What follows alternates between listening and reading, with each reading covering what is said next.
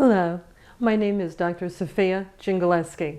I'm a licensed clinical social worker, and I'm here to talk to you today about the licensing exam and working towards a prep course and putting it together. I started doing this quite some time ago. It's been about 14 years now, and I've worked with over 10,000 folks to get them through the course. I take my work very seriously, and I take you very seriously. In terms of my areas of interest, I'm a social worker, so my area is primarily practice in the areas of health and mental health. I have about 80 publications, 6 textbooks, and articles, book chapters. What we want to do here today is we want to really look at what is social work and how to prepare for taking social work content and putting it into a standardized test. I also need to warn you that I'm a storyteller, and so I teach through story and I teach through case example. So what we're going to do is spend the next few hours just literally going over everything you ever wanted to know about the field of social work, how to apply that to a standardized test, and then we're going to pray. We're going to put all 3 things together and we're going to go through it. So much of what we know, we don't know it in terms of a standardized format. I'll never forget the first time I took this test. I had to go, and I took it right after I had finished my comprehensive exams for my PhD. So I thought I knew everything there was to know about social work, or at least I felt pretty versed in it. I was puking in the parking lot. Sometimes it takes a while to get this type of test down. We don't usually do it in graduate school, and so much of what we do doesn't really cover what's in this type of a text. We also find that we're generalists, so we know a little bit about everything, and there may be areas on this test that you're not familiar with. For example, if you've never worked in school social work, you may not be familiar with that.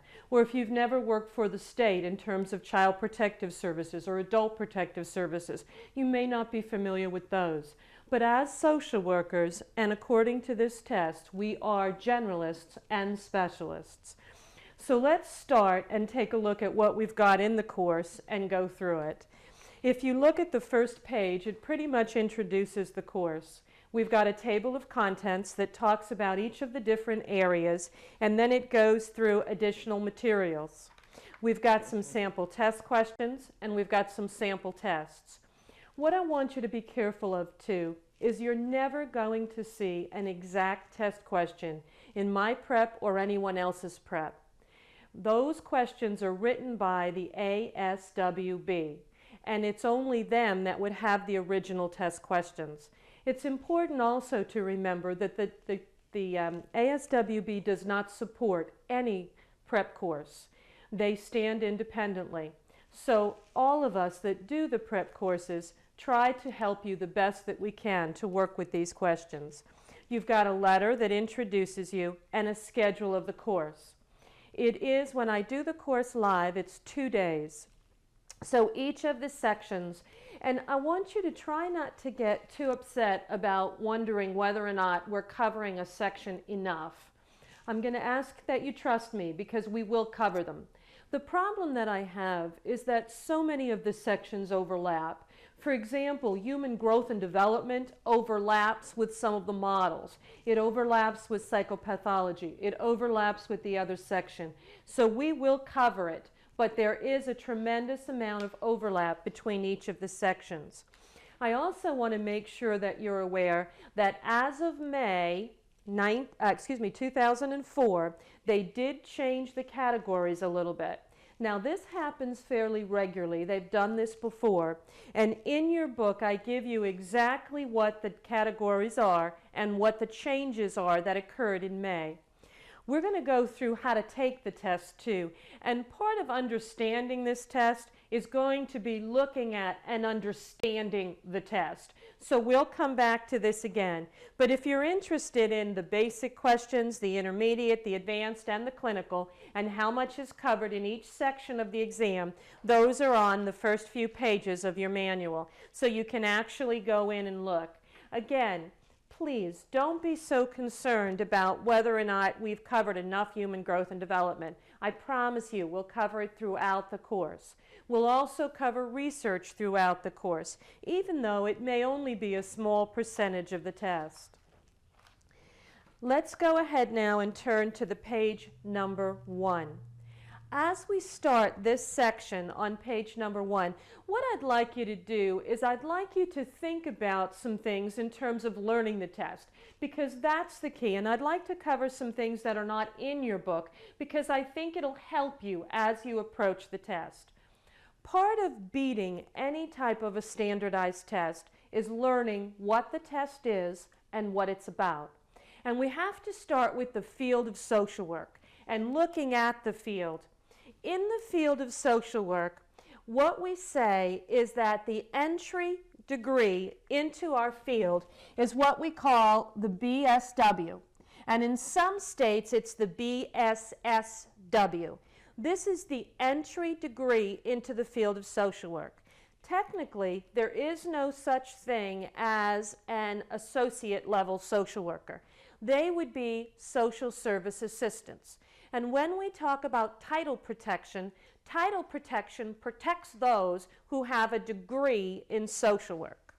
So the entry degree in social work is the BSW or the BSSW. At this level, at the BSW level, you are said to be a generalist. Now, what that means is that you are an expert in nothing, but you know a little bit about everything. That's the generalist. Expert in nothing, but you know a little bit about everything. So as a generalist, you would be a little bit of, you might know a little bit about children and families. You might know a little bit about the elderly. You might know a little bit about the school system. You might know a little bit about working for the state. Expert in nothing, but you know a little bit about everything. And that is the BSW level. That's the generalist level. The next degree, or the next level that we have in social work, is considered the terminal level. And that's the master's degree. In some states, you may be an MSSW, but for the most part, many of us are MSWs. MSWs are what we call specialists.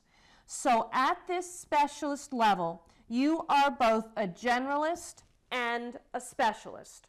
You know a little bit about everything, just as the BSW, but you can also specialize in things like psychopathology.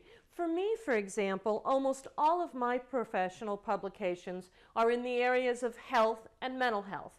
So that's pretty much where I do my publishing and where I do most of my practice. So we become specialists in certain areas. In terms of the MSW, again, that is considered the terminal degree.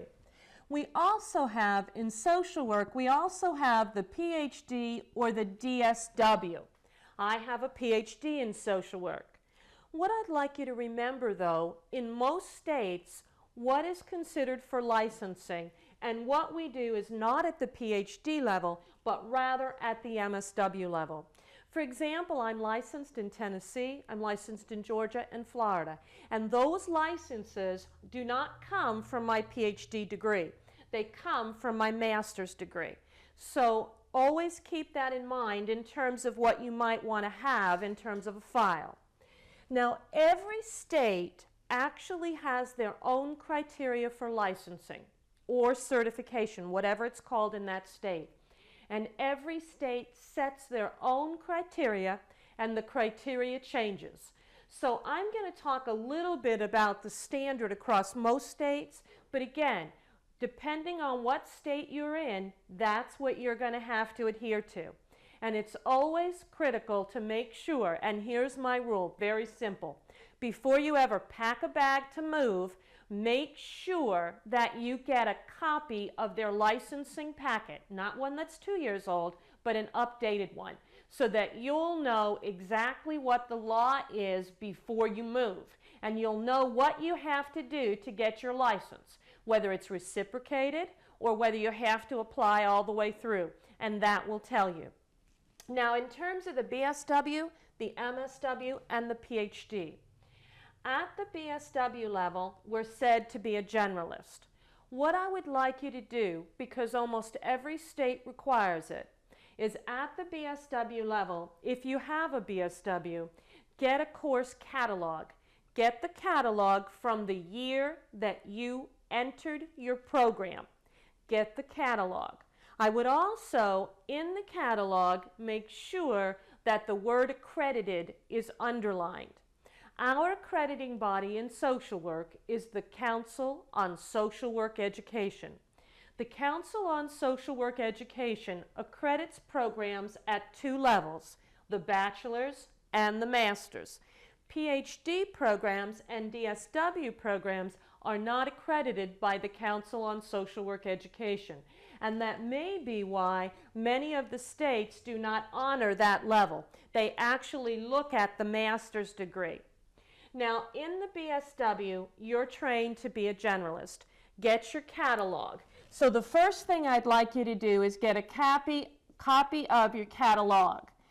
Also, in terms of the catalog, when you get the copy of the catalog, also get a copy of your transcript.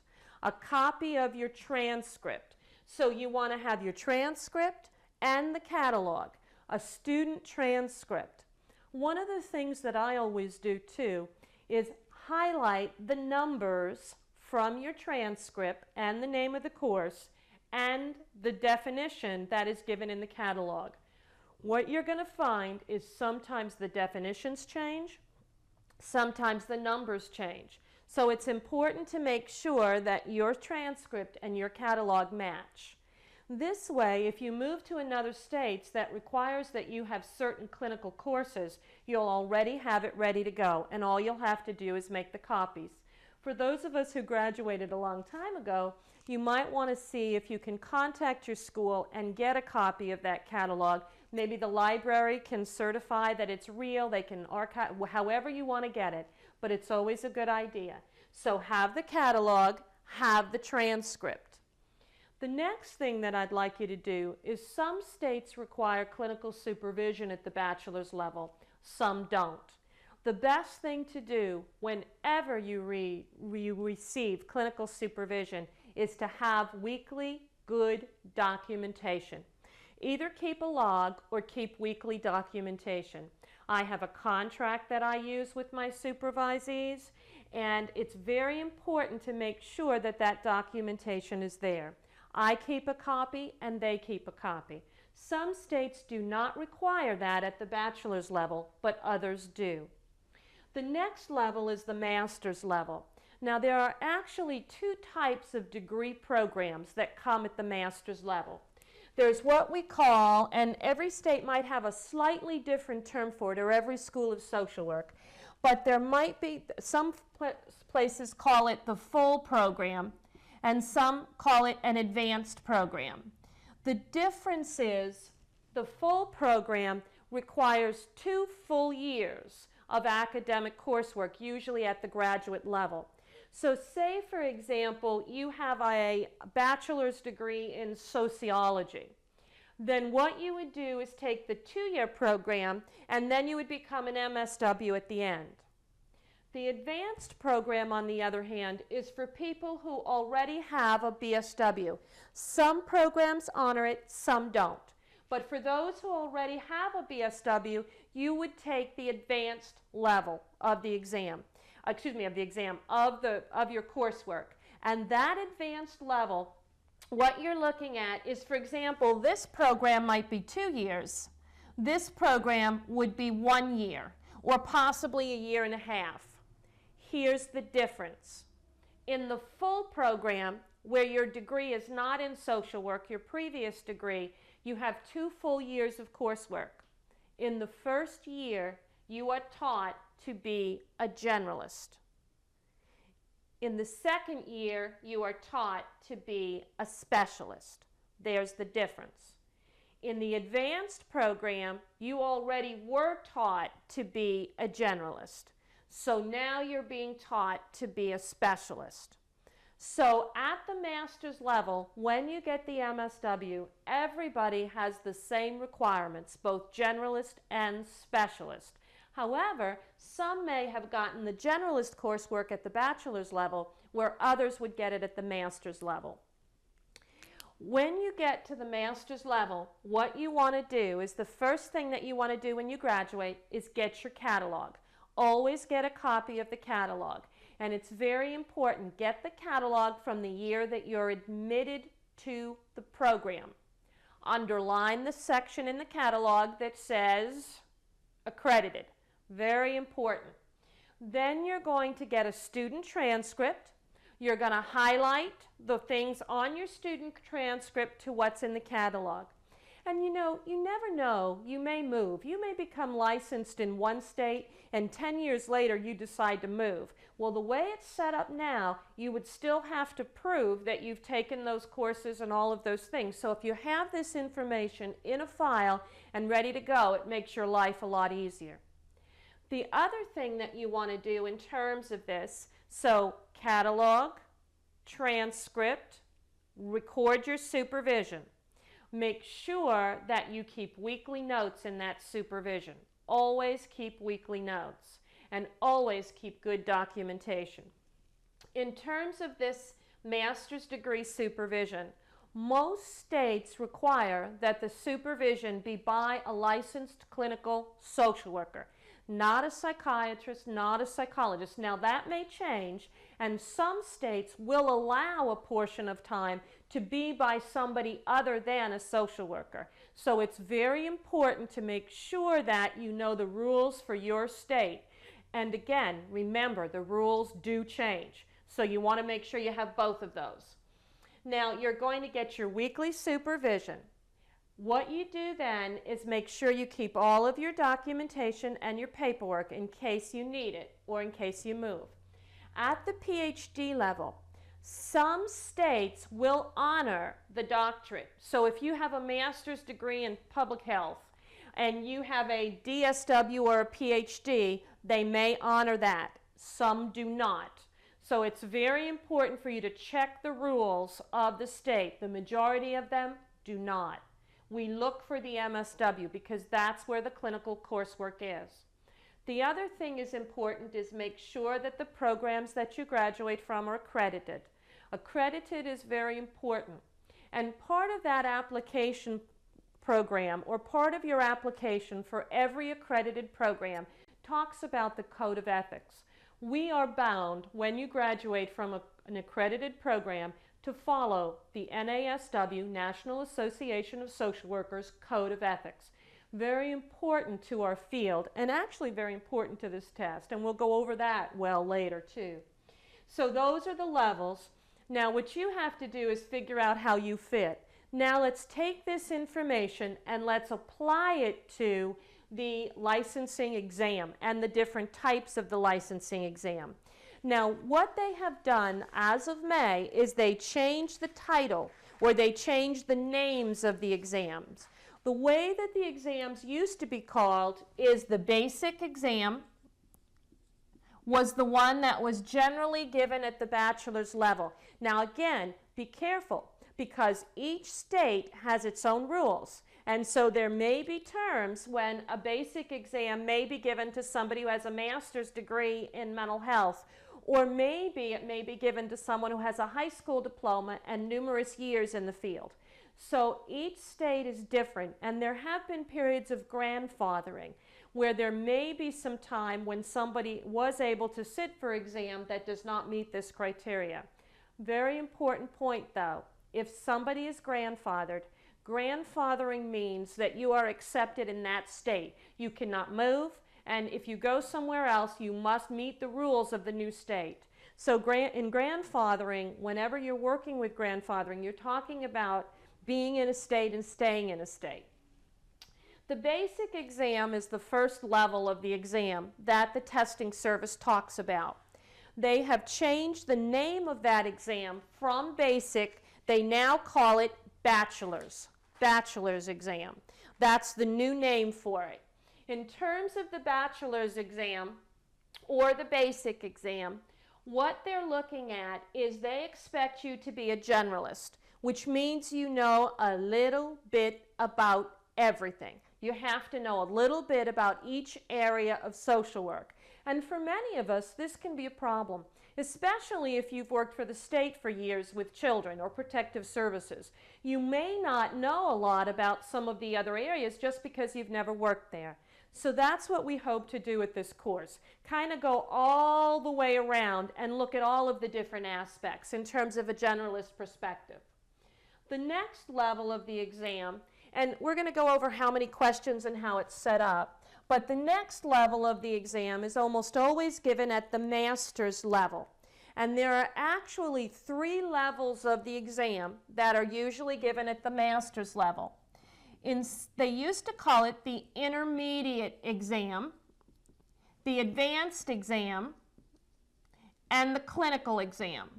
These are the 3 upper level exams that are provided by the ASWB. These are the 3 upper levels. The intermediate, the title changed from intermediate to master's. The advanced changed from the advanced exam to the advanced generalist. The clinical exam has the same name, clinical examination. A lot of folks have asked me, what is the difference between these 3 exams? I mean, what exactly is the difference? What I say is probably not all that much. Social work is social work. What is the basics of social work will be the basics whether you're at the basic, the intermediate, the advanced, or the clinical. You know, it's going to be the same at every level. What does appear to be different, though, is the level of difficulty. For example, in the intermediate exam, working with all of the folks that I have worked with, it seems like this exam is more content focused. So you get a lot of case scenarios that are not as long, nor are they involved. But that would be more of an intermediate. The advanced and the clinical exams are more case scenario focused. As a matter of fact, many people say they're entirely case scenario. So we really have to go in and pull out the key information, which we're going to talk about how to do. Very, very important in terms of breaking those down. The advanced and the clinical, is there a difference? In your book, I give you the exact difference of what it is, but here's what I really say is the difference. The advanced exam has more administrative or generalist type questions to me. That's what this one seems. Where the clinical exam has more clinical work and application work, like more psychopathology types of questions and a little bit more application focus. But other than that, they're basically identical. The testing service, the ASWB, puts out a book. And it has sample test questions in the back and a little bit of their rationale as to why they chose the answers that they chose. In that book, and we'll talk about some of those questions to help you study, but in that book, many of the questions that are on the advanced exam are identical to the clinical. They're identical in the different levels of the book. The only real difference is the percentages. In the intermediate exam, what I see as different is there's just a little less case scenario. In the basic exam, what I see is different, a lot less case scenario and a lot more factual information. The basic exam is very clearly designed for the generalist practitioner, absolutely. Where these levels, the intermediate, the advanced, and the clinical, are designed for the practitioner, and they're also designed for the specialist and the generalist. So what you've got here is how to apply it in all of the different areas. Pretty much, though, those are the tests. And what you want to remember, too, is some states have different levels of licensure. So, for example, in some states, the minute you graduate with your master's degree, you have to pass the intermediate test before you can go on and do your supervision or do your clinical work. In other states, you literally graduate with your master's degree and take the clinical exam. That's the way it is, or the advanced exam. You immediately take it. Or there are other states where you have to have 2 years of supervision before you're allowed to take either of these two. And then to make it a little bit more confusing, there are some states that only have one level of licensure. So they only offer the clinical exam, or they only offer the advanced exam. and that's after you have your 2 years of supervision. The good news, in most states, once you pass the exam, you shouldn't have to take it again. Now, I can't promise you that will always be true, because there is a movement that if the exam is over 5 years old, to get you to take it again, that you may have to take it again if you move. But hopefully that will not happen, and for the most part, once you take it, you should be done with the exam. And that's very, very important to make sure that the unofficial score report that you get from the ASWB when you take your exam will be the only thing that you have to show that you've actually taken the exam. So with that said, let's go ahead now and talk about how standardized tests are constructed. And let's go to the real page number 1 on the bottom, not the Roman numeral. Let's go to the page 1 and really start to take a look at how to break down these questions and how to understand the test. Now, in terms of the test, what they do is no matter whether you're taking the basic, the clinical, or the advanced exam, each of those tests is set up in the same way. The percentage breakdown may be slightly different, but they're all set up in the same way. Each test has 170 questions on the test. So there's 170 questions, and you have 4 hours to take the test. Now, I don't know about many of you, but particularly for those of us who are over 30, how long has it been since you sat down and took a test for 4 hours? It's a very long, involved, detailed test that truly takes the time in terms of concentration.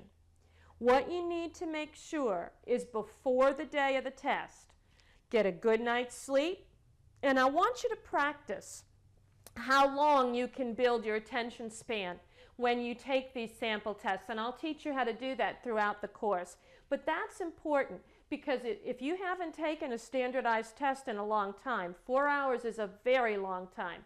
Make sure you get a good night's sleep, make sure you know where the testing site is, all of those kinds of things that can help you in terms of going to take the test. There's 170 questions. Of the 170 questions, here's the good news. Out of the 170, 150 questions count. So out of the 170, 150 are actually going to be what we call scored questions. Scored. They count. 20 questions do not count. So 150 and 20 is 170. 20 do not count, where 150 do count. What you want to know, though, or the good news or the bad news, is the 20 don't count, but you don't know what 20 don't count. You're never going to know what 20 don't count. All you know is you've got 170 questions. Also, they say that the test is broken down into areas or into content areas, like research is 4%. But when you go to take this test, you're never going to know what's a research question. It doesn't break it down into sections for you and say, this is a research question, this is a human growth and development, this is a psychopathology question. They're going to be on there. No matter how you look at it, all of those areas will be on there, but they're not going to be broken down into sections. Now, let me tell you where the test questions come from. The place that they come from is us. They come from social workers, just like you and me. And what they do is they take an individual and they say, I would like you to write some sample test questions. The individual does that, and then they process them. Like if you look in your book, if you just look at the area of termination, general knowledge statements that measure the tasks are identified. So some issues in terms of termination might be the social worker-client relationship and coping skills, understanding in regards to the client's ability to seek and use treatment, techniques used, methods used, evaluating client progress, professional values, and indicators. So all of those things could actually go into formulating a question, and that's what they do. They have you formulate the question, and we've got some samples. They have you formulate the question, and then the questions are submitted to the testing service. When you go in and you take this test, you have 4 hours to take it. There's 170 questions. You're not going to know what counts and what doesn't count. And what they do is they have a certain percentage have to get a question right. And if they do, then the test question goes from this set that doesn't count into this set that does.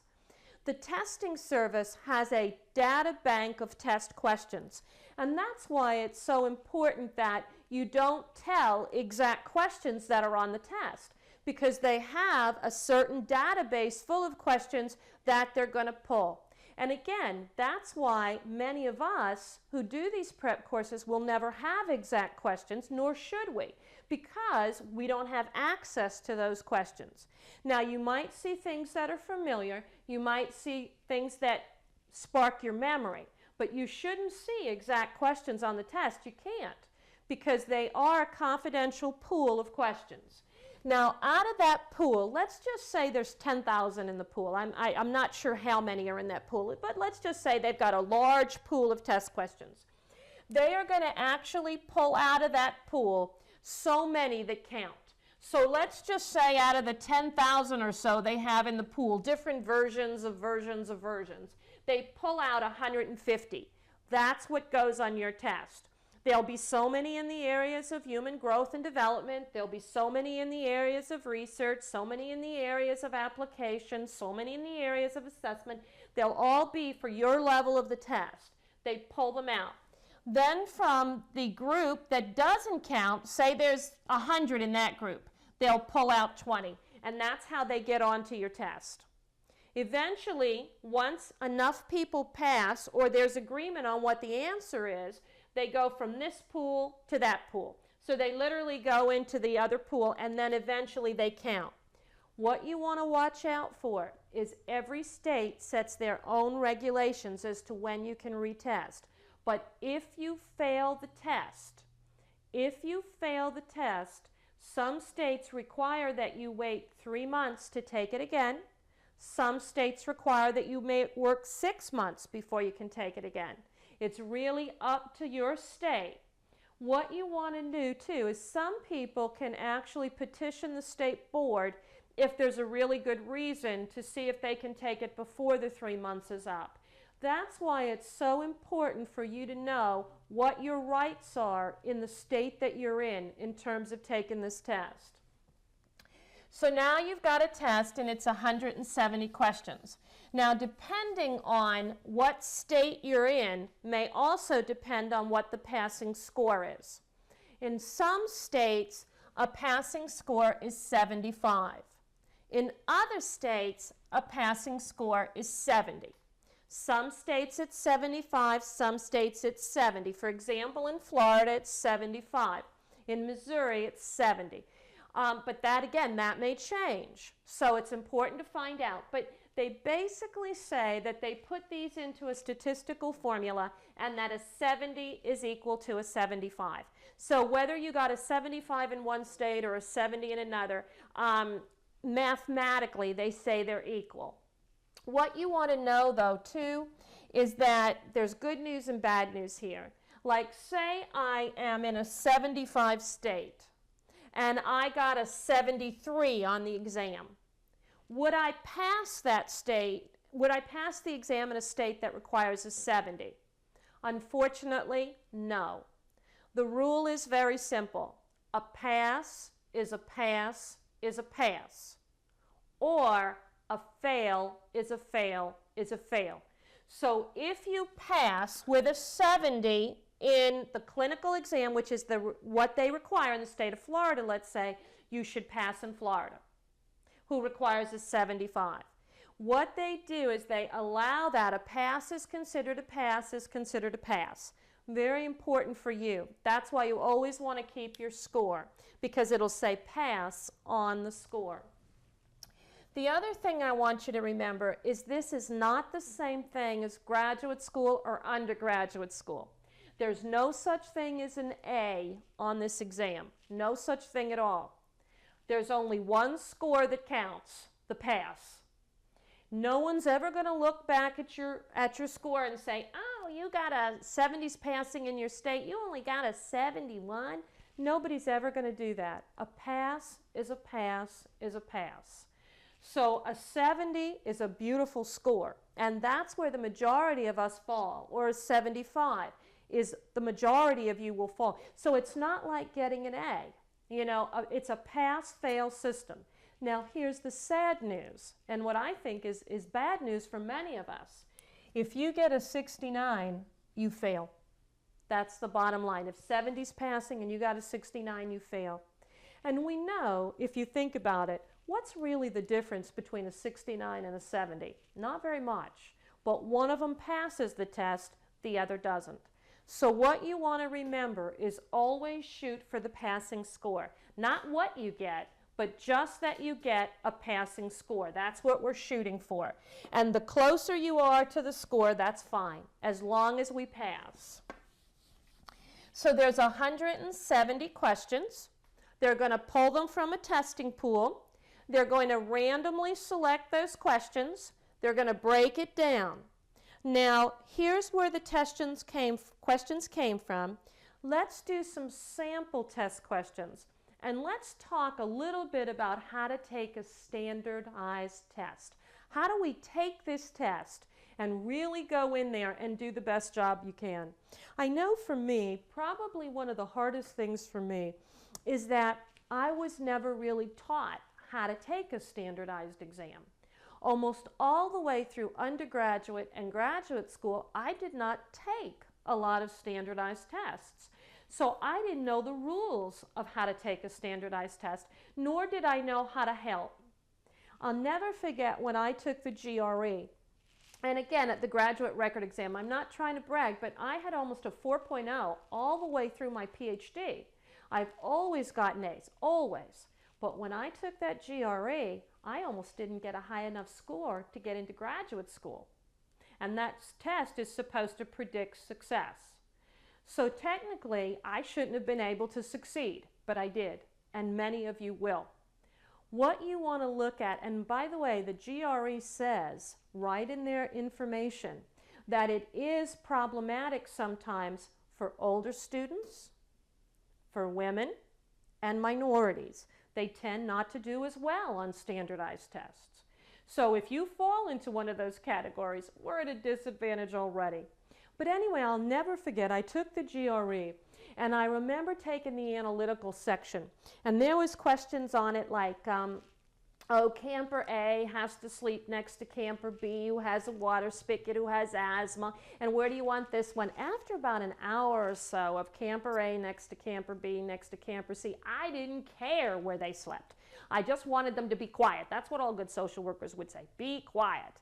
What was I supposed to do? Well, anyway, I took the test and I didn't do so good. And by the way, I ran out of time at the end. And so I started guessing. I ran out of time, and you want to guess everything you can because you don't want to leave questions blank. So on the test, there were 4 choices, A, B, C, and D. That's how they set them up. And then what did I want to do with those, and how did I? At the end of the test, it turned out that I had about 8 questions left at the end of the test. And I didn't know what to do. I didn't know. I knew I had to answer them because anything is better than nothing. If you answer and there's 4 choices, A, B, C, or D, you get a 25% chance of getting it right. So I knew I had to guess something. I didn't know what, but I had to guess something. I had 8 questions left and I didn't know what to do. So I guessed A for 1, I guessed B for 1, I guessed C for 1, I guessed D for another.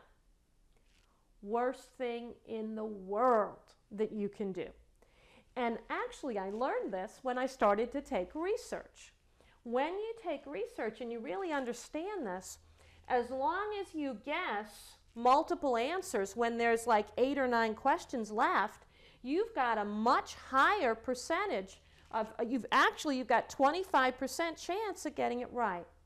What you want to do to get that higher percentage, to raise that higher percentage, is you want to guess one answer. So if you ever run out of time at a standardized test, the best thing that you can do is guess one answer. And by the way, it doesn't matter if it's A, B, C, or D. Just guess one. Any way through it. Just pick one of them and guess just one for all of them. And that's going to make a big difference. You know, the other way that we increase reliability on a test is simply increase the number of test questions. That's why a lot of these tests have at least 150 scored questions, because the reliability is much higher. So the more questions, the better. And so if you should run out and you have 8 to 10 questions left, just pick a letter and guess that letter for all of them. Now, I'm going to talk about a little bit of a system to help you when we're desperate. So what I would like you to consider is when you run out of time, and hopefully you won't, by the way. We're going to plan better than this. I don't want you to run out of time. But let's say you did. If you run out of time, what I'd like you to do is pick one letter, C. Only because I'm going to talk about how to use a system that involves that, and C. Now, again, this is not going to save you. This is not going to make a pass, but it can help you to understand the rules or how to work with taking a standardized test. So I would pick just one letter if you run out of time, and I would hope that you would pick C. Make it C. Or you could pick D if you really want to, but I prefer you do C because I'm going to talk a little bit about a system. Now, as you look, you've got 4 choices, A, B, C, and D. You have a 25% chance of getting the question right. You have a 25%. If you just guess and you have no idea what the answer is. The beauty of this test, this standardized test, is it does not, you will never see D equals all of the above. Do you remember seeing tests like that when we were in college? And it said D equals all of the above, or D equals both A and B, or D equals none of the above, or D equals both A and B. You'll never see that on this test. The testing service is very clear in their literature that they do not do that. They give you 4 distinct choices. If you ever sit down to take the test and it says all of the above, you have the wrong test. Please go to the testing service or whoever's proctoring the exam and tell them that ASWB is very clear. They don't do that. And please check on what's going on and why that's that way. Also, if you're taking prep courses, many of the prep courses out there may have none of the above or all of the above. That should not be the case on this test. If you see that, somebody's just trying to help you to learn to think that way, but that should not appear. There's going to be 4 distinct choices.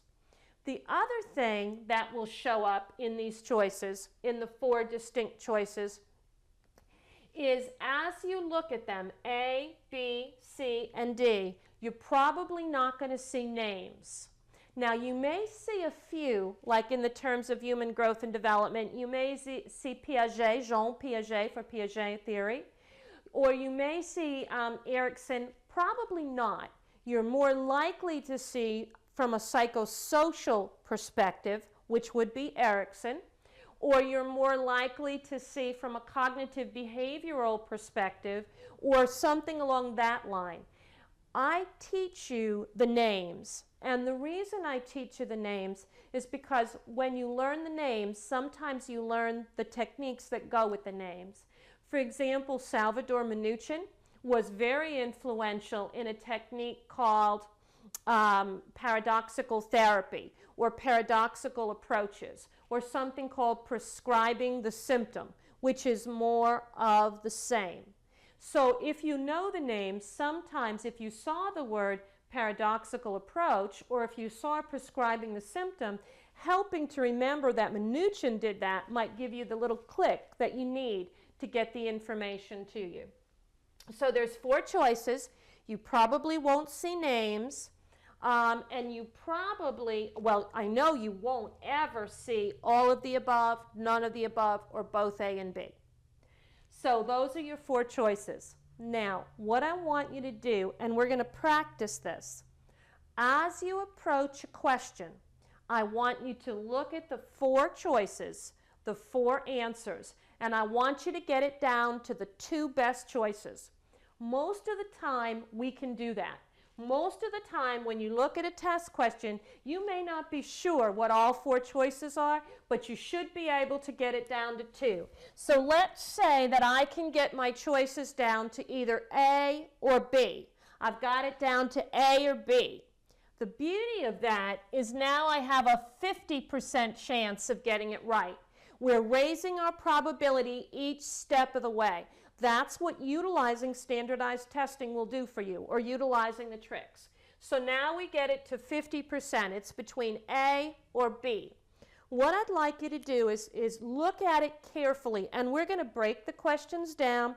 We're going to start looking for keywords. We're going to start figuring out how to do it. But you're going to break it down, and then you're going to pick what you feel is the best answer. We now know that you at least have a 50% chance of getting it right. It's either going to be A or B. Say, for example, you get it down to A or B. You have no idea what the answer is. You literally don't. You're ready to flip a coin. Could be A, could be B. What do I do? I don't know what the answer is. I have no idea. If you have no idea, you're ready to flip a coin. It's between A or B. What I would suggest that you do is take the letter that comes first. So if it's between A and B and you have no idea what the answer is, I would pick A. If it's between B and D and you have no idea what the answer is, I would pick B. Here's the only exception. If C is in the mix, pick C. So if it's between A and C and you have no idea what the answer is, pick C. Good. Now, what if it's between A and C and you think that the answer is A? What do you pick? A. Engage brain before probability theory. Always use your head first. This probability theory is merely there as a backup. And it's important to remember it is there as a backup, because what very often happens is we panic. We freak out and we panic, and I don't want that to happen. I want you to realize that the worst thing that could ever happen is you pick C. And so what? All right, you now have a little bit more than a 25% chance of getting it right, because you're going to pick C whenever you're not sure. So we know that it's going to increase our probability. And again, please don't rely on probability theory to pass this exam. It may make the difference between a 69 and a 70, but it's not going to make the difference between a 67 and a 70. It will never do it. So we want to make sure that we go in and use these techniques. Now that's this, and we'll practice how to use the answers. Now I'd like you to also think about how to read the questions. And a big part of the questions is if you look under Roman numeral number 3, it says questions most often start with what we call qualifiers. Qualifiers. Now, what are some of the most common qualifiers a question has? And that's important. I'm a true believer that 3/4 of the answer is no in the question. If you know what something is asking, then you know what to look for in the answer. And what you have to remember is it's not the answer you want to give. It's the answer that's determined to be correct. One of the things that we do in social work is if we have something that's broken and it's not working well, we fix it. If you fix a broken question, you're going to get it wrong. So we've got to learn now to play in the rules. Many of us in practice do things that are not standardized. You know, I tease all the time. I say, I've got all these wonderful standardized protocol, but the day you meet a standardized client, you bring them to me because I got the protocol. I'll never use them because everybody is different. And the way that you handle a situation with the same exact ingredients may be slightly different from time to time. But in terms of taking a standardized test, what you have to realize is there's 4 choices, A, B, C, and D, and one of them's correct. You got to figure out which one is the correct answer, not the one you want, but the one that the testing service has deemed is correct, or the one that any standardized test battery deems is correct. You got to give them the one that they need. Now, some of the keywords are in a test question. Some of your qualifiers: most likely, most commonly, least likely. Least likely can be very tricky. Least likely is very much like except. What you're looking at, all of the following except. If there's 4 choices, A, B, C, and D, and you're going to look at all of them except for one, what you're going to have is, if you say to yourself, there'll be 3 yeses and 1 no. If the question asks for an except, the no is the answer. So in this case, it would be D, because that's the one that's a no. What you're going to find most often in the except questions is you're going to get 2 yeses, a maybe, and a no. And if you get that, then the no is the one that you want to go with. That's when you use except. Or least important, read the question carefully. If you don't, you can get very, very confused. Now, here's another one. Some of the questions say, the social worker should. We all remember Albert Ellis in rational emotive therapy, rational emotive behavior therapy. Albert Ellis once said that we should always avoid words like must. He said if you use the word must, you masturbate. He said you should always avoid words like should. And Albert Ellis cursed. What he would do is try to shock people in such a way that they would stop using words, because you can't measure should. Forgive me for this, but Albert Ellis said that should is shit.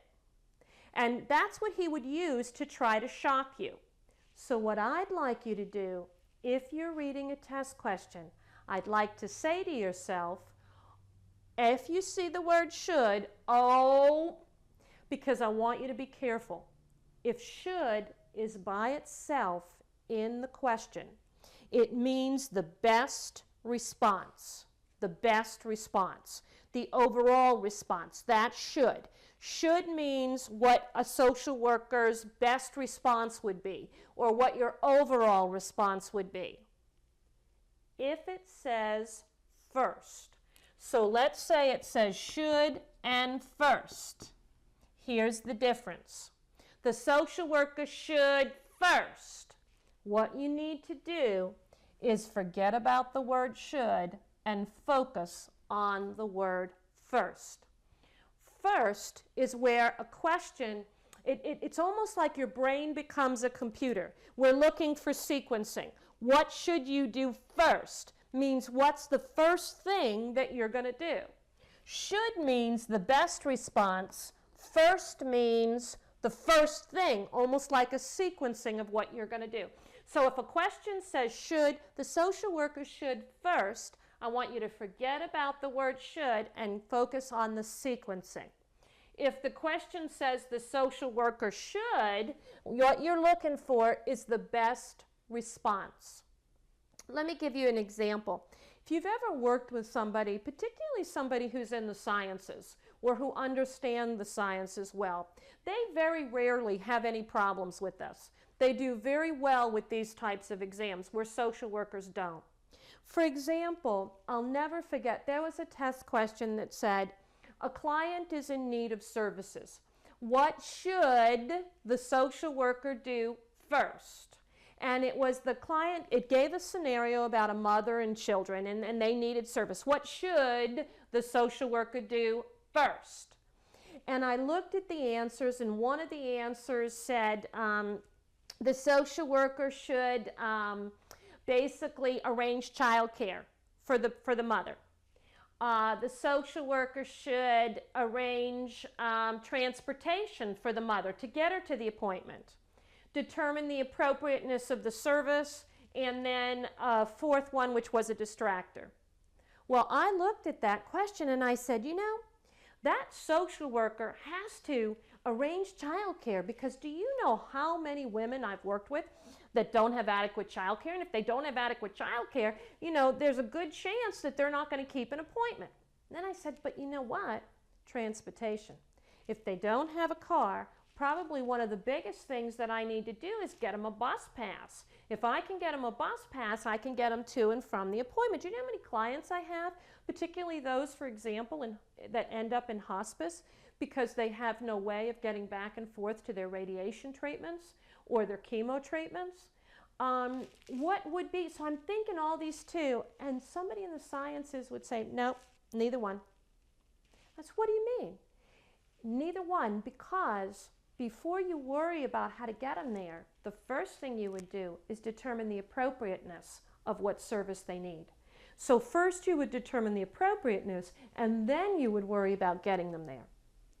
So what you need to think about then is, what does the question ask?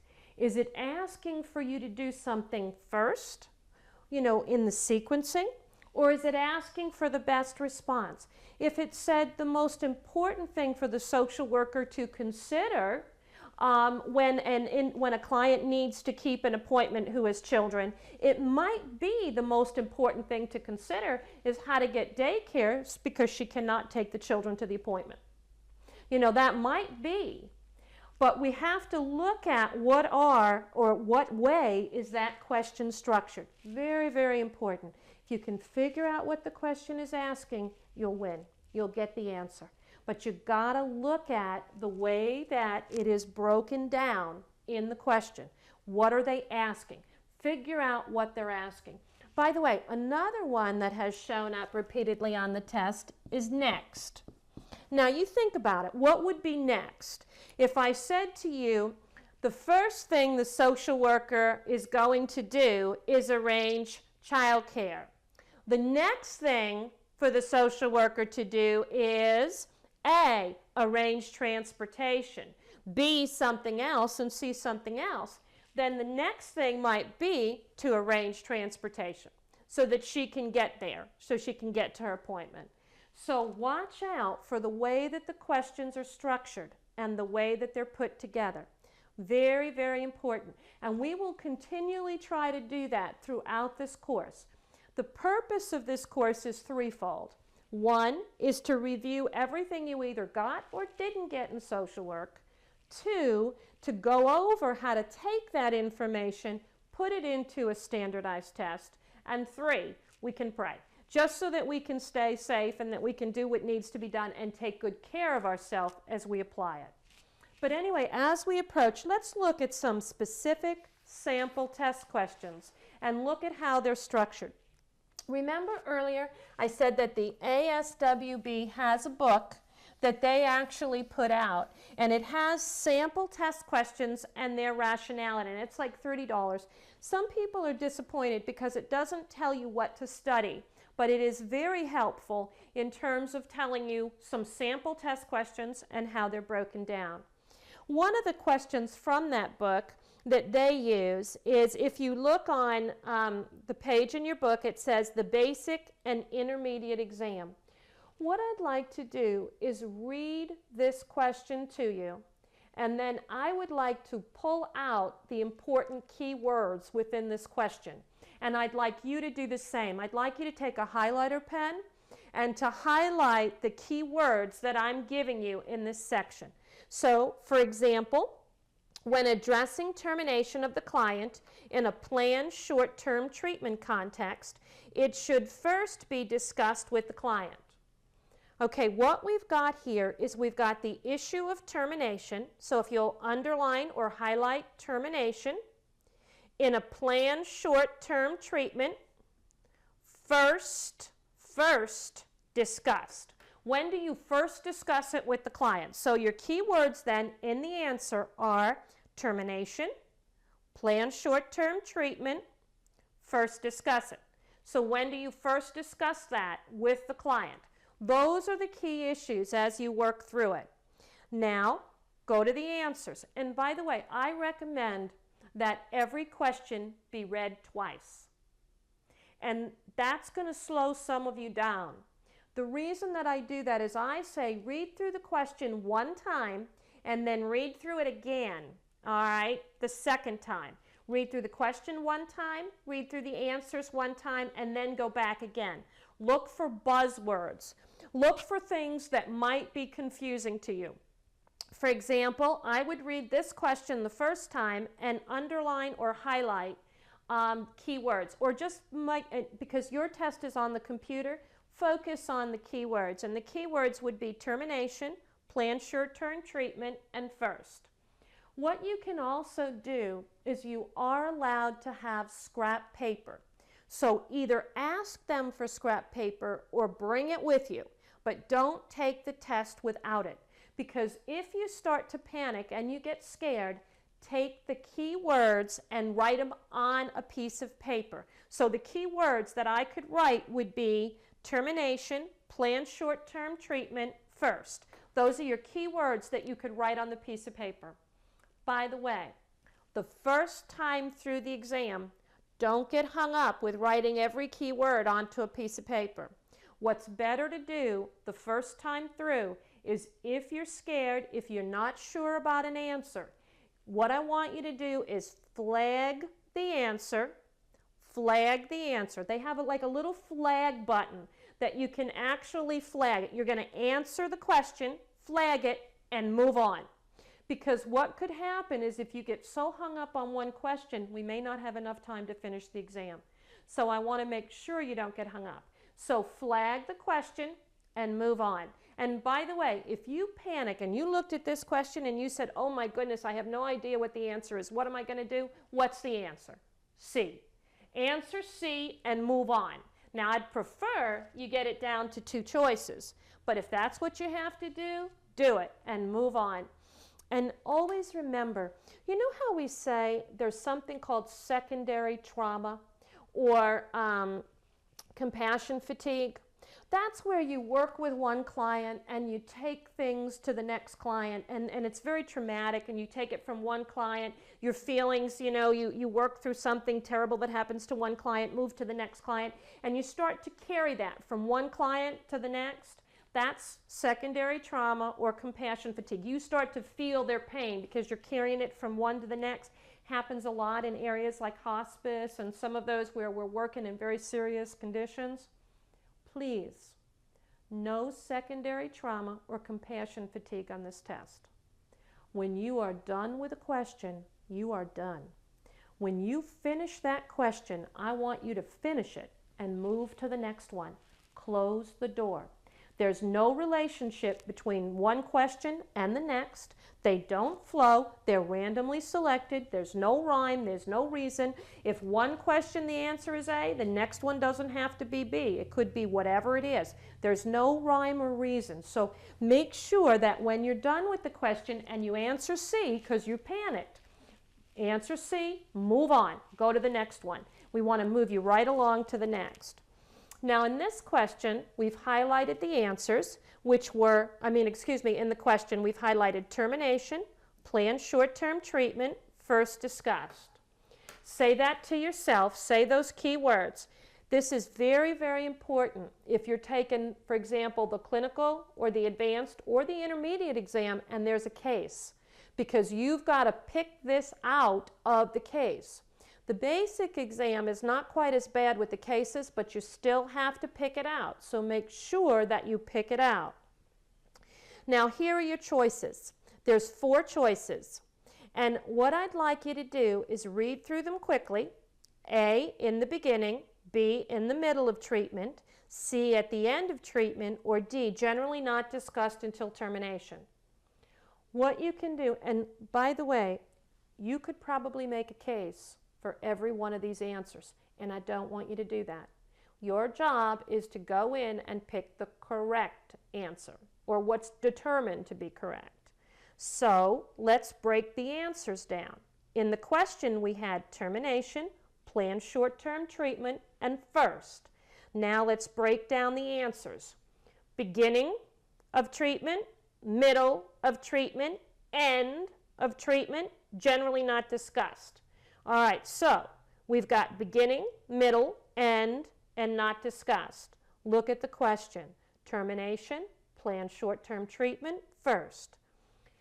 In a planned term treatment context, it's always discussed in the first session. Not in the beginning, but in the first session. That's usually when we would discuss it. We have to. Now, first session is not a choice. So which one is closest? Good. The one that's closest is in the beginning of treatment. And that answer then would be A. You mark A, close the door, move to the next question. Now, what were the key words in that question?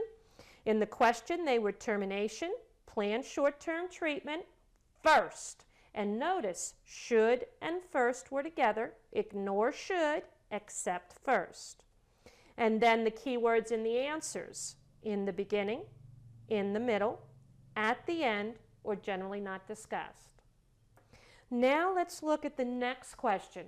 This also takes and talks about termination, only this one would be more likely represented at the clinical and the advanced exams. These are at the clinical and the advanced exams. Again, we've got, and again, remember, clinical and advanced, this question does not have a long case scenario, but they could put it into a case scenario very easily where you would still have to go in and pull out these buzzwords. The termination, read it one time through.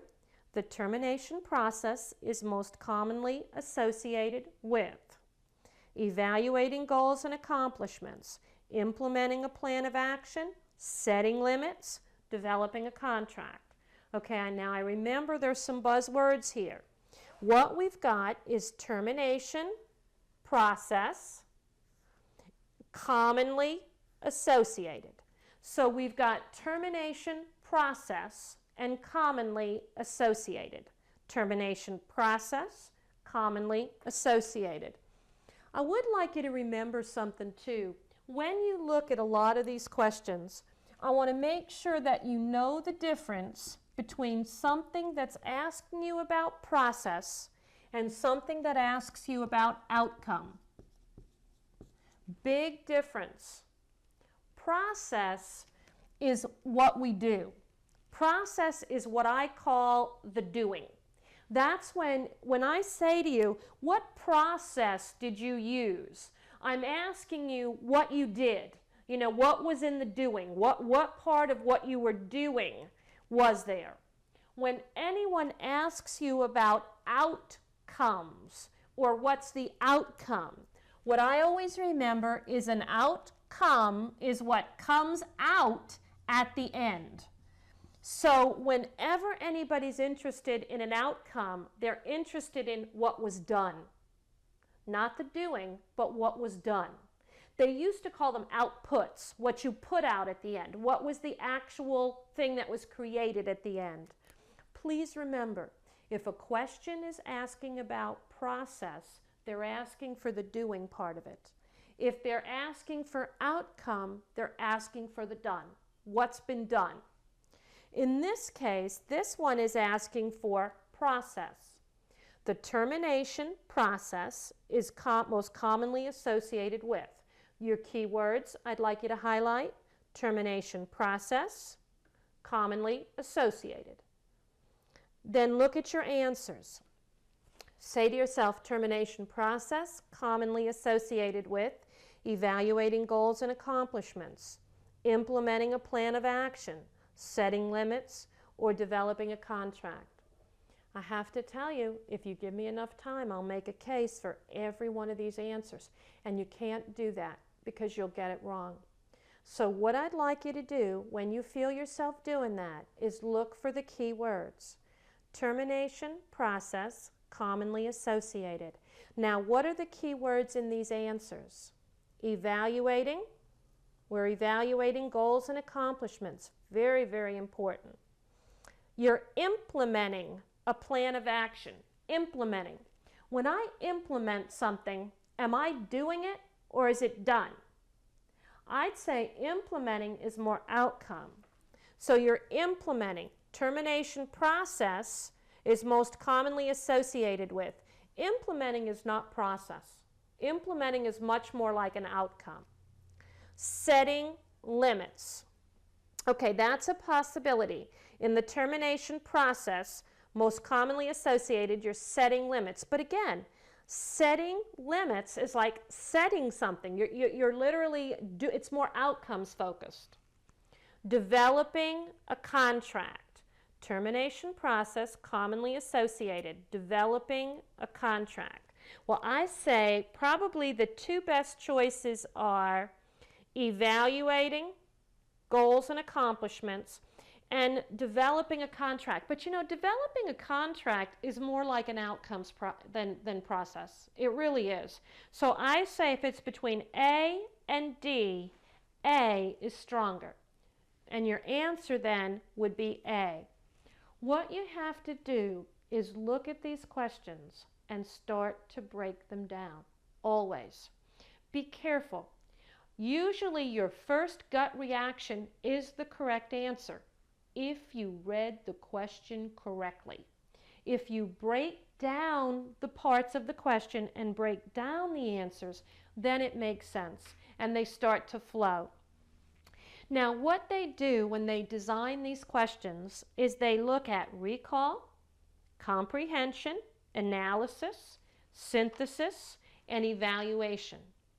Don't forget the qualifiers. Make sure you look at most likely, not, most important.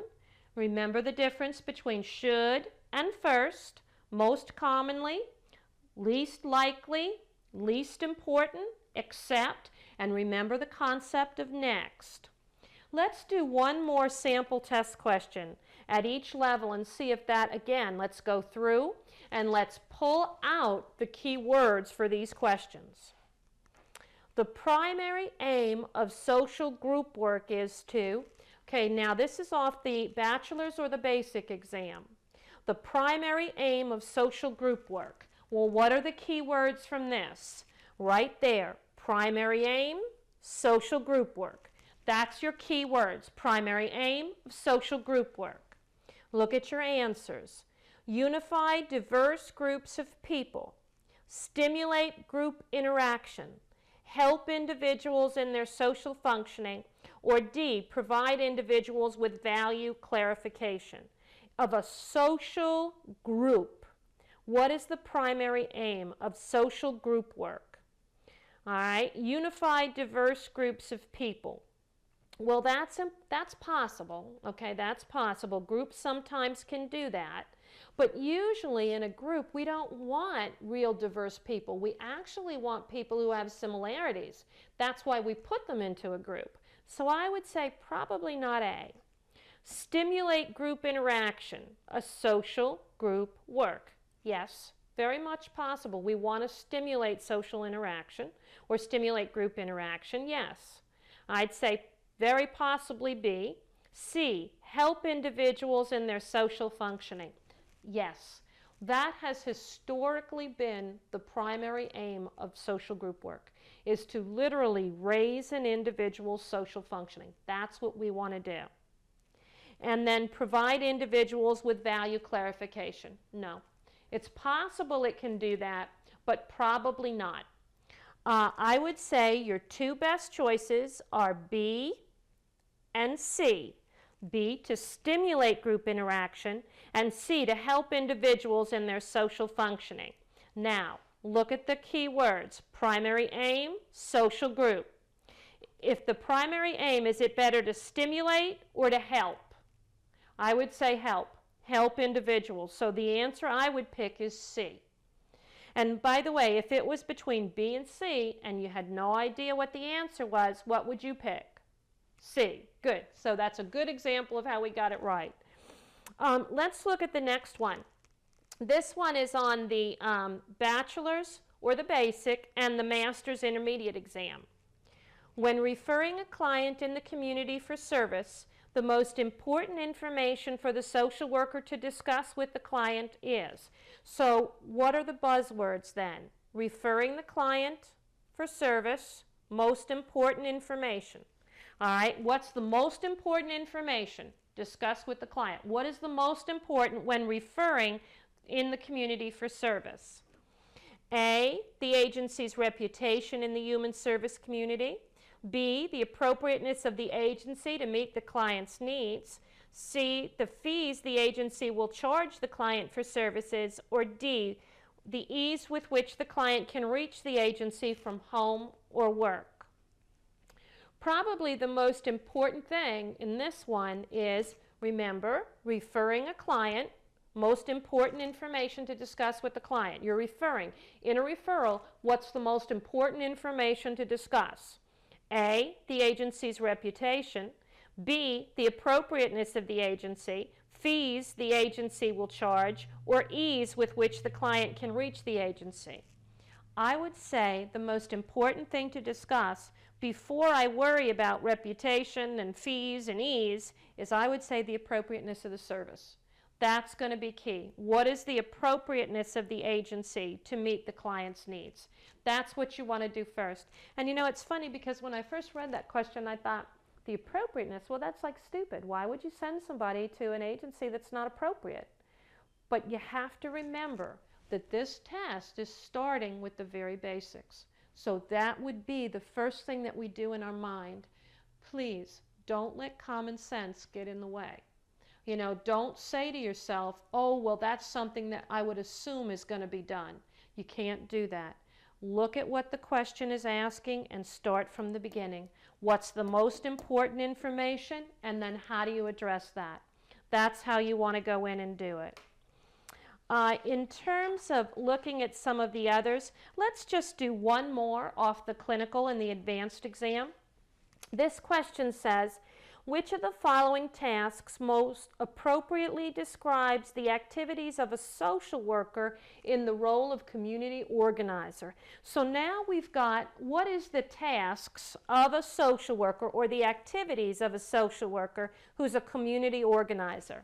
This requires that, number one, you know community org and what community organization means, and number two, that you be familiar with the kinds of things that a social worker does in community organization. Those things come together. And if you look at the answers then, determining the redistribution of scarce resources within a community, enacting legislation that strengthens the funding of a community program, collecting data on social welfare programs and suggesting strategies for improvement, or developing and working with groups from a community to improve relationships among the residents. Go now and look for the key words. Again, activities of a social worker who's a community organizer. Do you determine the redistribution of scarce resources within a community? No. A community organizer doesn't usually do that. Enacting legislation. Enacting legislation is not community org, not at all. Community organization, I always think of Jane Addams and some of the older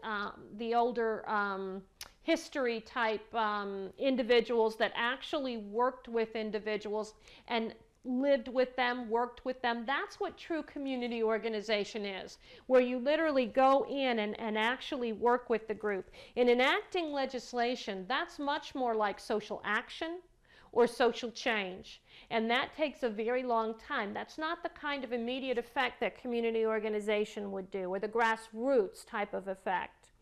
Collecting data on social welfare programs and suggesting strategies for improvement. That is not community org. Actually, that's more of an administration. So I think it's safe to throw out B, enacting legislation, which is social policy or social change, and C, collecting data on social welfare programs. That's more like administration. Now, so far, A is a maybe, and D, developing and working with groups from a community to improve relationships among the residents. All right, actually, that's good, because that's the traditional definition of community org, to develop and work with groups from a community to improve relationships among the residents. I say D is good. D is a good choice, because that's what you want to do. So it's between A and D. What's the better choice? We now have a 50% chance. Which one is better? D. So then the answer that you would select is D. You have some more sample test questions in this section of the book. What I'd like you to do now with each section of the book that follows is I'd like you to work with me as we go through each of the sections. But then at the end of each section is some sample test questions. I'd like you to go through them. You'll notice that in some sections, the answers are right underneath. I put them there for a reason. I want you to see the answer and to use the answer in your logic. There are other sections of the book where the answers are not underneath and I make you go hunt them. The reason I do that is I want to get you used to not getting immediate rewards. We have finished the introductory section, which is how to take a standardized test. With each section of the book now, we will go through each of the different areas, we'll cover the content areas, and we'll do a few sample test questions.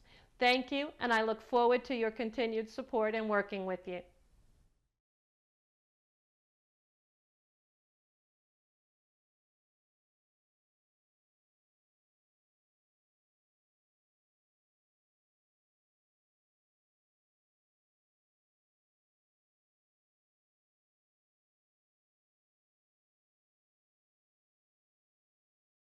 In this section, what I'd like to do is talk about the process of diagnosis, assessment, relationship issues, and practice strategy.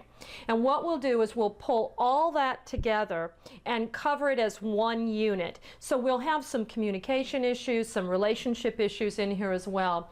And what we're going to use as the basis of this talk, or this section, is diagnosis and assessment as expressed in the DSM-4 and the DSM-4 TR, the text revision that came out in 2000. This is the Diagnostic Statistical Manual for Mental Disorders.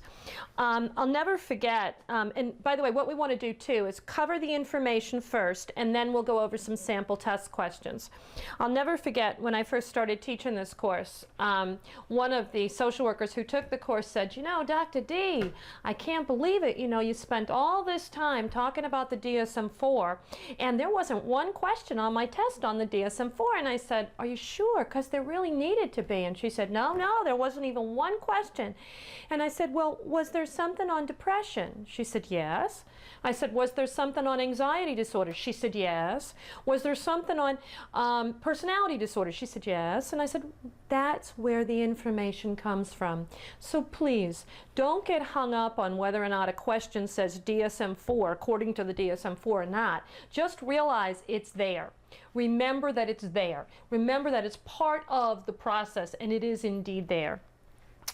As you think about the DSM and the Diagnostic Statistical Manual, again, we're going to mix practice strategy in with this. The DSM does not discuss practice strategy. It does not. And very often within the DSM, they use the words diagnosis and assessment interchangeably, meaning that diagnosis has more of a medical connotation or the medical model, where assessment, on the other hand, incorporates a little bit more and seems to be a little more friendly. Although, if you look at the social work dictionary, both words are often used interchangeably. I spend a lot of time in my healthcare book talking about, you know, the difference between diagnosis and assessment, and just basically how one word is pretty much in and the other word is not. You know, so diagnosis is not popular right now, although that is pretty much what assessment means. So they're both relationship between the two words. As you look at the DSM has been around for a long time. The DSM-1 started out, oh gosh, I want to say in the 50s, 1952. Was the DSM-1. And then we had DSM-2, DSM-3, 3R, 4, and now 4TR, and actually we're expecting DSM-5, so that'll be the next edition. You'll remember DSM-1 was pretty small. DSM-2 was the one that had homosexuality was listed as a diagnosis, which is no longer listed as a diagnosis. So that was the one that had that, then 3, then 3R. I remember when I was in practice, when I first started out in practice, as a matter of fact, one of the hardest things that I had to work with was comparing. We did our Medicare billing with the ICD, the International Classification of Diseases, and then we did our basic day-to-day in the clinic stuff with the DSM, and the codes never matched between the ICD and the DSM, and it was a real problem because not only did the codes not match, but the criteria didn't match between the two books. So in the DSM-4, It very clearly relates to the exact criteria and the DSM, the ICD-9, actually ICD-10. So the two books are very much related. The difference, or the primary difference, between the DSM-3R and the DSM-4 is there were a lot of changes that were made between the two books. So if you were trained on DSM-3R, you need to be clearly aware of DSM-4. And you need to really go back and listen to this section very, very carefully. If you were trained on DSM-4, you might want to just listen to a little bit of what I'm saying about DSM-4-TR. The key between the text revision, the TR, DSM-4-TR that came out in 2000, and the DSM-4 is that between the two, the DSM-4 and both DSM-4s have the same coding. But the one has, the DSM-4-TR has more of the research updated information added. So with that, let's just go ahead and talk about the two. Let's talk about the DSM and basically what the major changes were between the previous editions and the one that we have now. And basically what we started out with for over the years, we've got DSM 1, 2, 3, 4, and now we're into TR. The big thing about the DSM-4 and what came before it, the big difference is the DSM-4, they actually expanded your clinical criteria. So the clinical criteria, or the clinical diagnosis criteria, was actually expanded. So they talked about adding things to it, or they did. They added things like more confirmatory diagnostic tests, you know, looking at chromosome tests, whether to run a SPECT, which is a fancy x-ray, or a PET, or a CT scan, or all of those kinds of things. So they looked at adding increased diagnostics. So one of the major changes is the diagnostic capability. I'm just going to put DX for diagnostic. One of the diagnostic capabilities. So they refined the diagnostic capability. The other thing that the DSM-4 does that is very clearly different than what came before it is the clear, absolute emphasis on culture. Culture is absolutely critical to take into account in the DSM-4. And my rule is very simple. And if it looks and smells like culture, don't diagnose it. And what that means is if there's a cultural base to it, an ethnicity about it, a cultural way that people perceive things, it should not be confused with a mental disorder. And if you go through the DSM, almost each of the diagnostic categories has a section on culture. And it says, hey, if this is culturally related, don't give the diagnosis. The other thing that you might want to be aware of is there's a whole section in the back of the DSM-4. It's called culturally bound syndromes. And what a culturally bound syndrome is something that looks and presents exactly like a diagnosis. All right, exactly like a diagnosis, but it's not. It's based on culture. So you might have the exact signs and symptoms of what might be considered a full-blown diagnosis. But if you look at it carefully, you'll see that it's culturally related. Now, we can look at some of the culturally bound syndromes and talk about things like voodooism, or espiritos, or believing in spirits, or if it's culturally related, no diagnosis.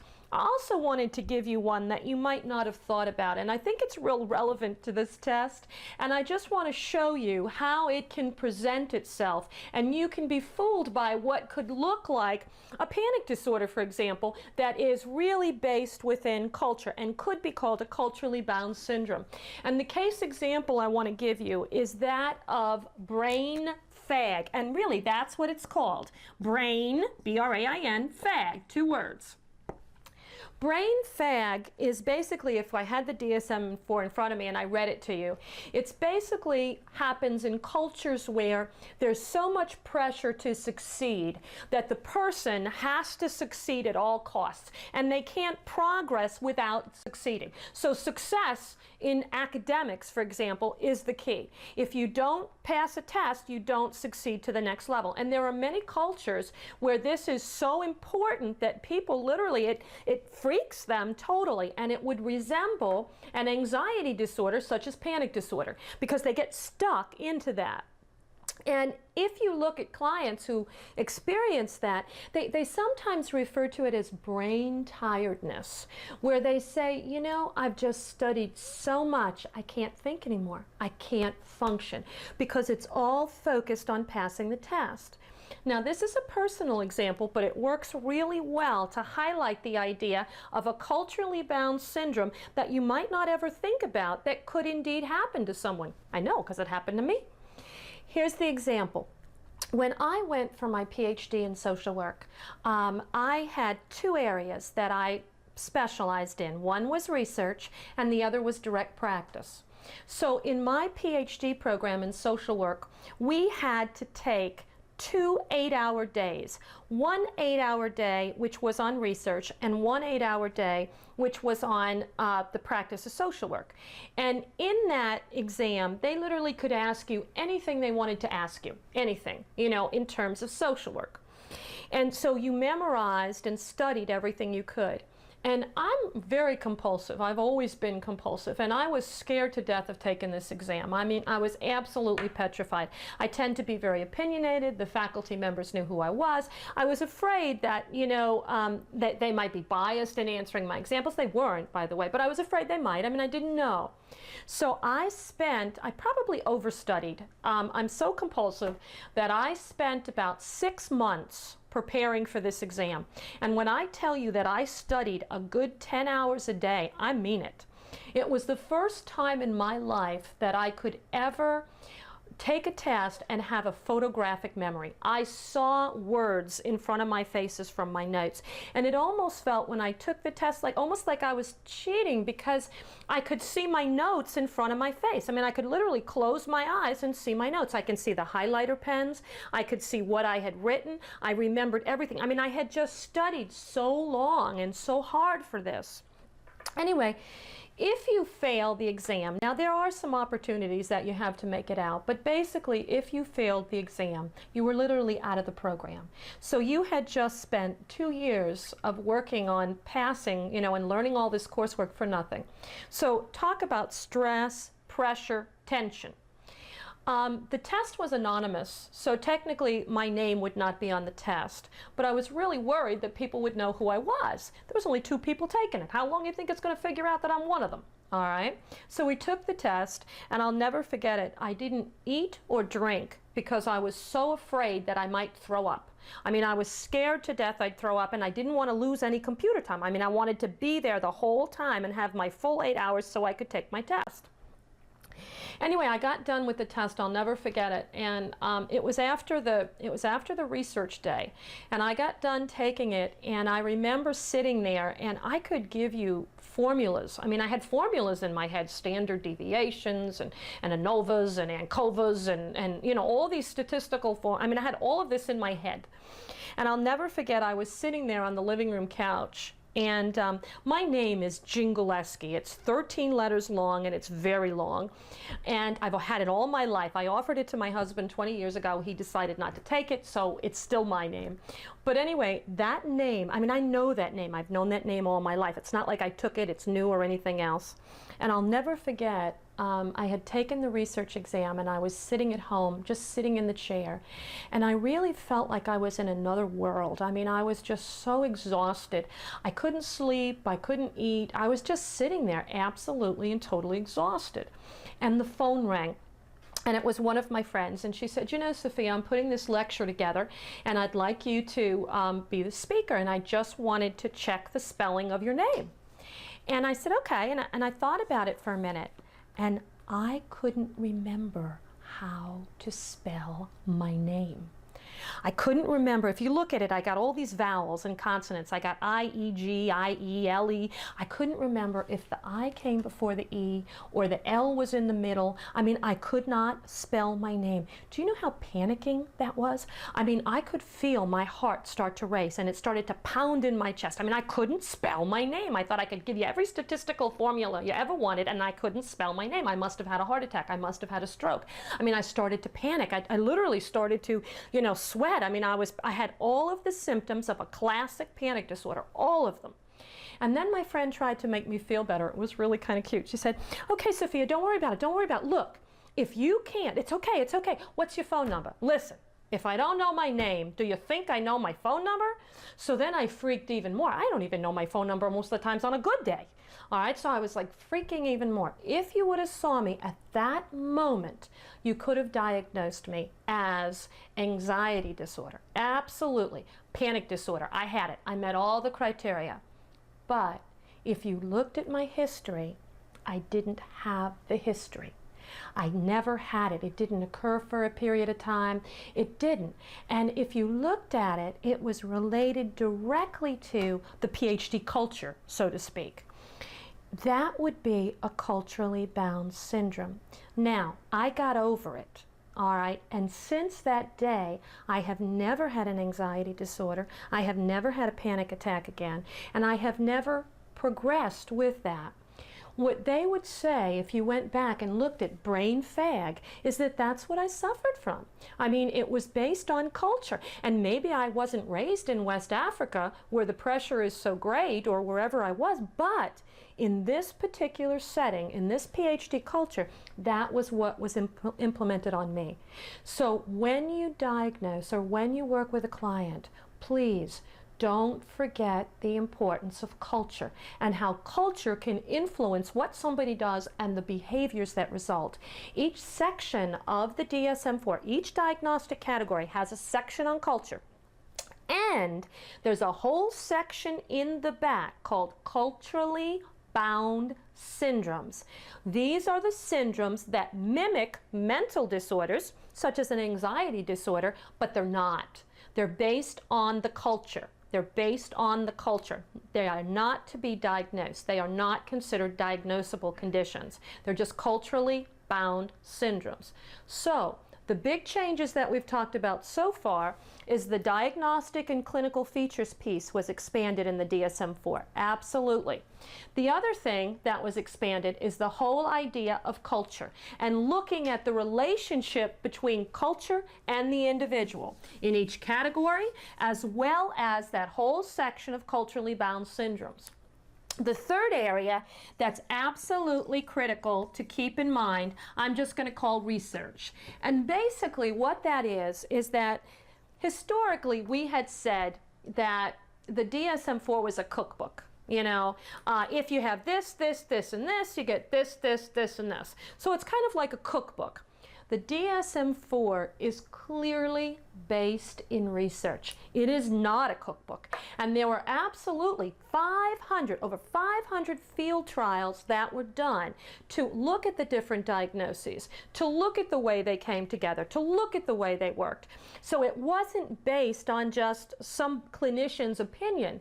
It's based on research. And based on this research, they actually made changes in the DSM-4.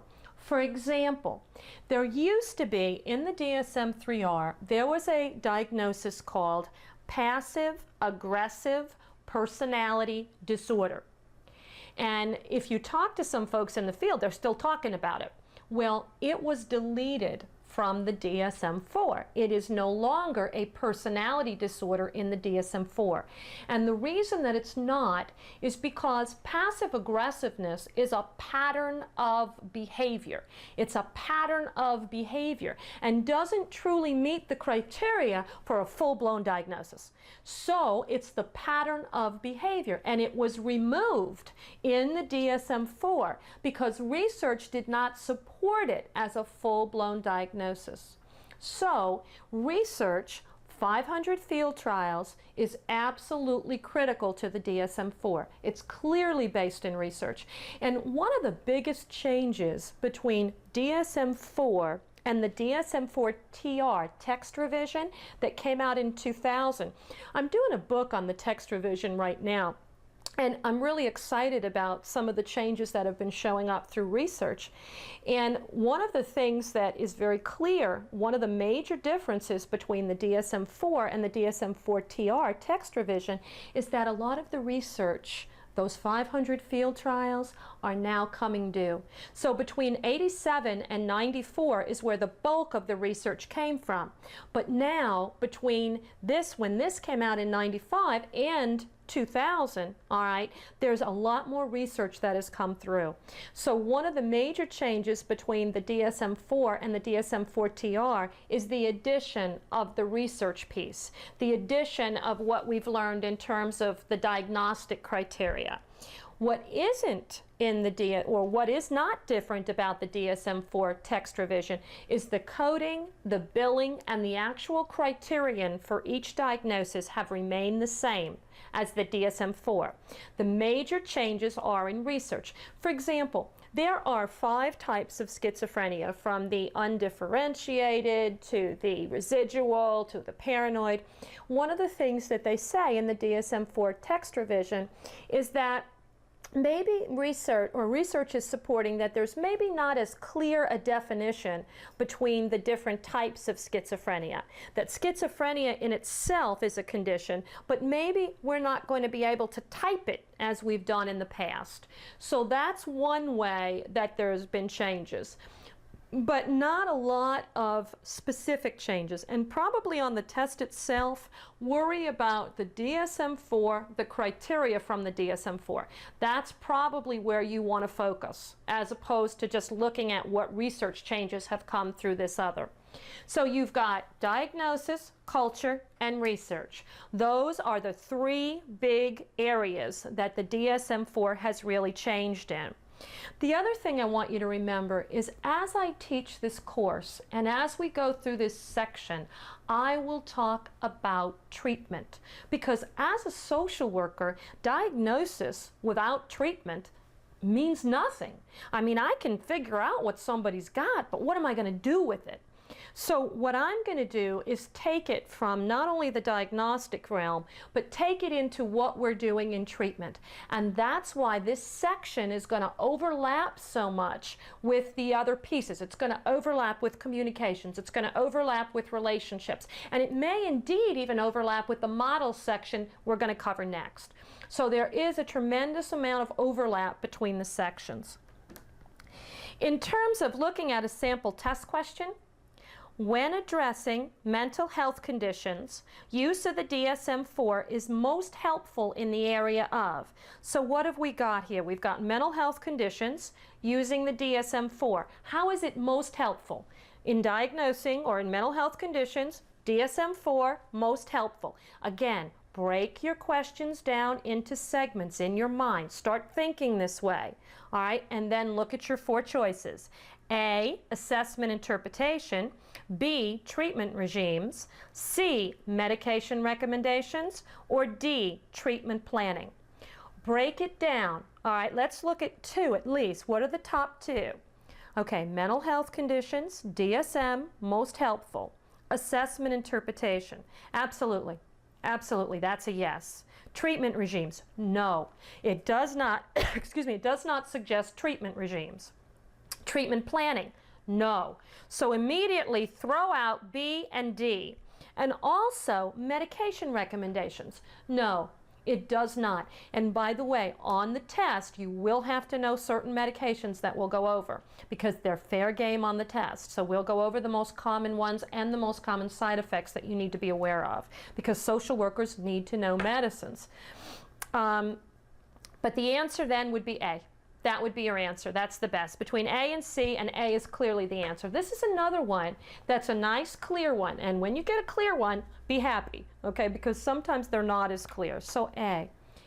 Now what I want to do is I want to look at the different axes and what goes on the axes. Now, you may get a question that directly asks you, all right, what goes on axis 1, 2, 3, or 4? Or you might not, I don't know. But if you have an idea of what goes on the axis, you can kind of play with the questions a little bit and see how it works. If we start, let's start with axis 1. And in axis 1 is primarily, here's how I remember it. Axis 1, and again, I don't want to offend anyone. This is just my way of remembering. If it works for you, fine. If it doesn't, just forget it. What I always say in axis 1, and there's a reason I say this, it's the sickest of the sick. Meaning that on axis 1, we have the most severe diagnoses. The most severe diagnoses of all appear on axis 1. But the other thing that's on axis 1 that everybody forgets about that is absolutely critical to remember, all right, the severest diagnoses are on it, but what I call them is the wellest of the sick is also on axis 1. And actually, you don't even have to call them wellest of the sick because they're not sick at all. All right, so what we've got is the most severe and what some people would call the least severe. All right, so we've got the most and the least severe. An example of one of the most severe, all right, would be schizophrenia, bipolar disorder, your anxiety disorders, agoraphobia, specific phobia, multiple personality disorder, which new name dissociative identity disorder, right? That would be, those are your most severe characteristic names. Least severe, these are different, and this is an important point. Most of the coding that is used for these, when you do your billing, starts with a V. And in the field, we affectionately refer to these people as, or people who have these conditions, as the V codes. V codes, because they are related to people who are not considered to have a mental disorder, although they're acting like they have a mental disorder, they are generally not billable. Now, this is changing. This is changing. There are also two other V codes that the billing process starts with a V. One is called diagnosis deferred, which means you're ruling it out. You don't know what it is, so you're not going to get paid for that. And the other one is no diagnosis. They have no diagnosis, you're not going to get paid. So it's no diagnosis, diagnosis deferred, and then the least severe conditions, or what I affectionately refer to as the wellest of the sick. An example of a type of the wellest of the sick. Have you ever worked with a child who's never been in trouble before? Never been in trouble, nothing. I mean, no trouble. One day, the child gets into the father's gun cabinet, goes into the father's gun cabinet and thinks it's cool, all right? The gun isn't loaded, but he takes the gun and he brings it to school. He takes it out and he shows it to his friends because he thinks it's such a cool thing to do. He wants to be cool. Anyway, next thing we know, what has to happen to this child? All right, he's immediately expelled, he's thrown out of school, and he's in your office and you're supposed to fix him. Well, how do you diagnose this child? I mean, what does he have? I'll tell you what he has, stupid thing. The child did a stupid thing. But there is no diagnosis for stupid thing. Well, actually there is. Adolescent antisocial act. Meaning that this child is not an antisocial personality disorder. He did an act. He made a stupid mistake. He did something that was clearly unacceptable, severe enough to mimic what might be considered a mental disorder. That's the conditions that are not attributable to a mental disorder, or what I call the wellest of the sick, or the least severe, the V codes. So an adolescent antisocial act would be one. Let me give you another one that very often falls under this category. They call it malingering. Malingering. Malingering is a condition where somebody hangs on, it looks like a mental disorder, but they hang on to something for a reason. And by the way, if you ever want to go to court and you want to see the inside of a courtroom and you don't want to get reimbursed for the diagnosis, put malingering down. Malingering means that you're hanging on to something for a reason. That's what malingering means. So malingering would mean that I've got a client who wants a disability check. So they feign the symptoms of disability. They create the symptoms or they magnify the symptoms for a reason. The reason would be to get the disability or to get the disability check. That's a good example of malingering, where you hang on to something for a reason.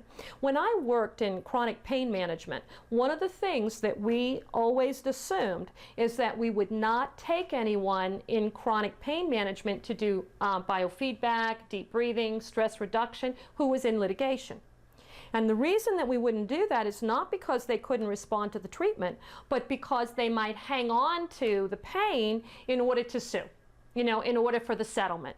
That would be another example of malingering. It looks like a diagnosis, but it's not. All right, it's not. It's a condition not attributable to a mental disorder. That would be the least severe. Another example that might fall under there, and this one is probably, out of all of the ones we've been getting reimbursed for, this is one that we've been getting reimbursed for more often. This is a V code that we've often started to get reimbursed for in different states, and it's called bereavement. It looks just like the person is suffering from major depression. They've been married to somebody for 10, 15, 20 years. Their life falls apart. They can't function. Now, is that major depression? Or is it bereavement? If it's related to the death of the loved one, it's bereavement. And within a certain amount of time, that person will get over it. They will work it through. I'm not going to say get over it, but they will work it through. Or they will learn to adjust to it. That's bereavement. Very different than giving somebody a label of major depression, because it's related to the death of the loved one. That's an example of a V code that is sometimes reimbursable, falls under the less severe category. On Axis 1, be it the major clinical syndromes or be it the conditions that are less severe, there's a couple of characteristics that you can always count on. And the first one is that these usually, and not in all cases, but on Axis 1, you usually have a date of onset. You don't have to, but you very often have a date of onset, meaning that you weren't born a schizophrenic. It occurred at 18 or 19 is when you had your first episode. So there's usually a date of onset, not in all of them, but in most of them there is. The other thing that is very prevalent on this is that in Axis 1, be it the least severe or the most severe that are on there, it has to do with clinically significant effect on your life. It has to significantly affect occupational and social functioning. Occupational and social functioning. It must clearly affect occupational or social functioning. So in the Axis 1, what you've got is usually severe disturbances in occupational or social functioning. And if it's not severe, then usually you wouldn't fall into the diagnosis. Like, there are many people out there who are obsessive compulsive. A few of you are taking the course with me. And what it means is that, we've been taught to be that way. The more that we can get done, the better off it is. I mean, I'm very obsessive compulsive. You don't get a PhD and make full professor and write 4 books and 40 articles and all that stuff without being compulsive, plus teach your course load, plus, I mean, I'm obsessive compulsive, but it doesn't interfere with what I do. And as a matter of fact, it heightens it. But if later in life something happened to me where I could not function and it severely interfered my occupational or social functioning, then at that point I would indeed be diagnosable. So that's a criteria. It must clearly interfere with the occupational and social functioning, significantly interfere, be it this level, severe or least severe. Also, when you work with clients, remember that we're going to talk about Axis 1 and Axis 2, and some people may say, oh yeah, the more severe mental diagnoses are on Axis 1. Absolutely not, because who's also here? The least severe. And what they say in the DSM-4 is that what axis you have has nothing to do with severity. It just means where they put you. So they just put them in certain categories. It is not based on severity. Like an axis 2 is not more severe than an axis 1, or an axis 1 is not more severe than an axis 2 in terms of it being a mental disorder. And remember, that's because the least severe are on axis 1. So you've got those on axis 1. Again, just a quick summary. You've got the most severe conditions, schizophrenia, bipolars. You've got the least severe, things like malingering, adolescent antisocial act, bereavement, acculturation, having trouble acculturating or adjusting to a society or a different environment could be acculturation problem. Marital problem. You know, you look at a woman, for example, she looks like she's completely and totally depressed. I mean, she's got all the criteria of depression. Well, you get rid of the husband, you get rid of the depression. That is not major depression, that's a marital problem. So those are your conditions that may mimic a particular problem, but it's not necessarily the problem. All right, that's axis 1. The next one is axis 2. Axis 2. And axis 2 is really, they've simplified it for you. Axis 2 has really been simplified. It's much simpler than it used to be. And basically, if you can just remember what goes on axis 2, everything else goes on axis 1. That's where all the diagnoses go, axis 1 and axis 2. If you can just remember what goes on 2, everything else goes on 1. That's how it works.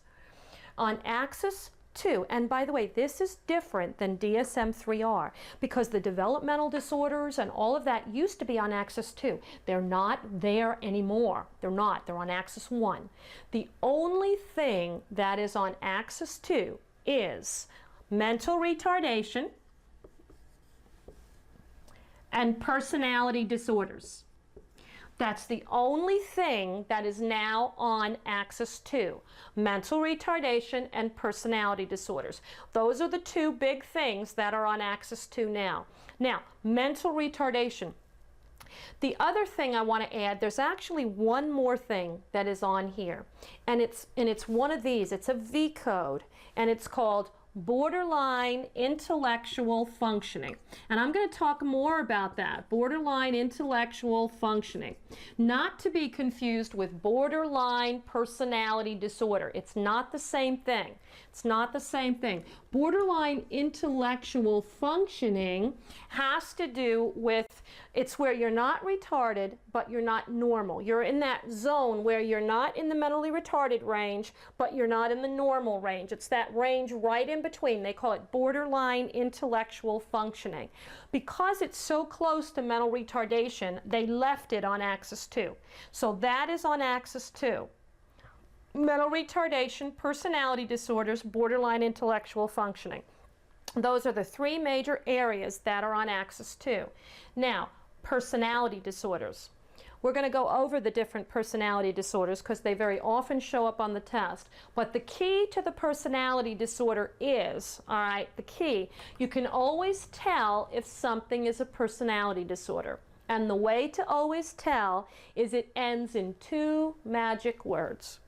If the 2, don't make this harder than it is, 2 magic words. And the 2 magic words are personality disorder. If it ends in the words personality disorder, it is a personality disorder. Now, that sounds like common sense, right? But it's really not, because do you remember earlier when I was talking and I said, well, you have conditions like multiple personality disorder. Well, they changed the name from multiple personality disorder to dissociative identity disorder. Multiple personality disorder was the 3 Faces of Eve and Sybil and the people with different personalities in one body, 2 or more distinct personalities.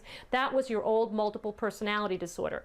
Well, in DSM-4, they changed the name to dissociative identity disorder because a lot of people thought it was a personality disorder when it was called multiple personality disorder, but it's not. It's dissociative identity disorder, and it goes on axis 1. It's one of the more severe on axis 1. So if it ends in the words personality disorder, goes on axis 2. it is a personality disorder. All of the personality disorders end in the word personality disorder. Now, if you had no idea and I said obsessive compulsive disorder, what axis does that go on? Obsessive compulsive disorder. Axis 1 or 2? Axis 1.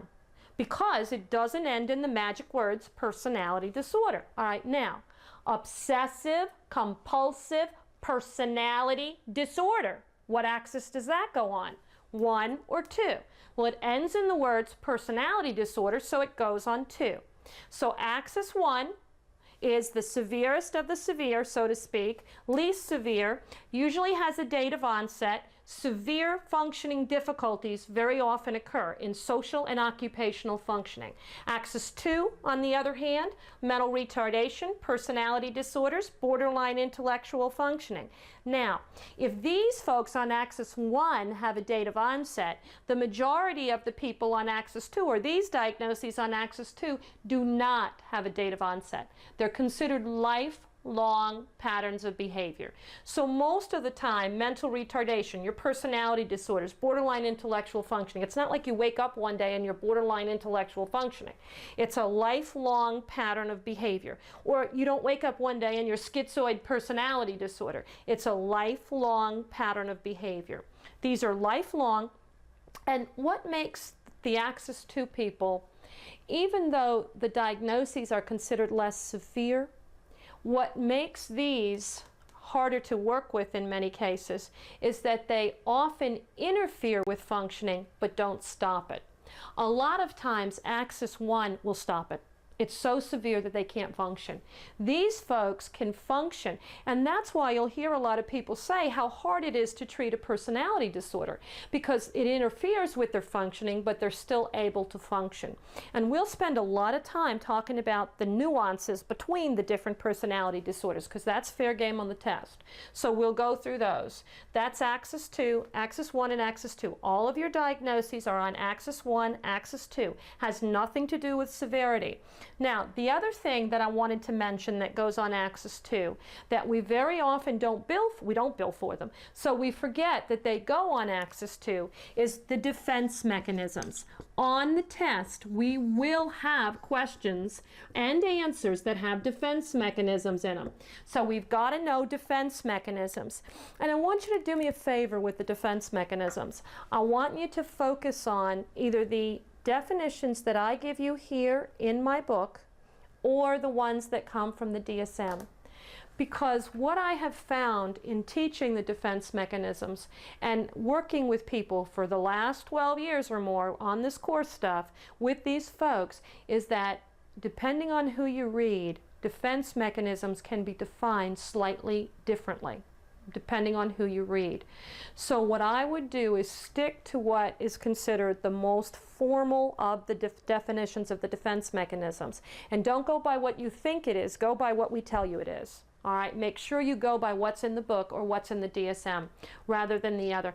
I'll never forget, I was teaching in Hong Kong, and we had been over there for 6 weeks, and I was working with one of my Hong Kong students. And I was testing on the defense mechanisms. And one of my students, my Hong Kong student, put down a defense mechanism as sour grapes. And I looked at him and I said, you know, there really is no defense mechanism as sour grapes. I mean, there's, you know, there's something called sour grapes, but it's not a defense mechanism. I've never heard of a defense mechanism called sour grapes. He said, oh yeah, Dr. D, it's there, it's really there. And I said, okay, look, if you can prove it to me in a book, I'll let you have it. Well, sure enough, he goes, he gets a book, and there it is. It says sour grapes. It was in the translation. Be very careful. There still is no formal defense mechanism I know of sour grapes. I know it's a phenomenon that happens, but there's no formal defense mechanism that I know of called sour grapes. So please be very careful about the definitions of these because it's easy to confuse them. Now, if a client suffers from denial, you could indeed put denial as a defense mechanism on axis 2. Denial, defense mechanism, axis 2. Let's move on to axis 3. Axis 3 is it's the medical conditions that goes with the mental conditions. It's the general medical conditions that a person is having. So axis 3 is your medical. What I always say is it's the medical that goes with the mental. In the field, we have long since had a debate, for example, between what is a mental health social worker and what's a health social worker. And I say there isn't a health social worker alive that isn't a mental health social worker, and there isn't a mental health social worker alive that isn't a health social worker, because the head and the body are attached. And so what you want to do on Axis 3 is what medical conditions are related to the mental health conditions. So what is the medical related to the mental?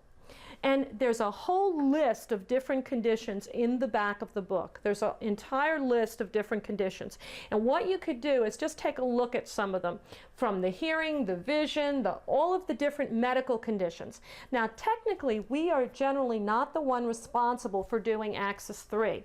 But it's a good idea that you are familiar with those conditions and that you know the relationship between those conditions and the other axes. The other thing I wanted to mention too on Axis 3 is I want to go into a little bit of counseling and communication and relationship issues here. And I want to take you a little bit beyond the DSM-3, and even though it's not quite beyond.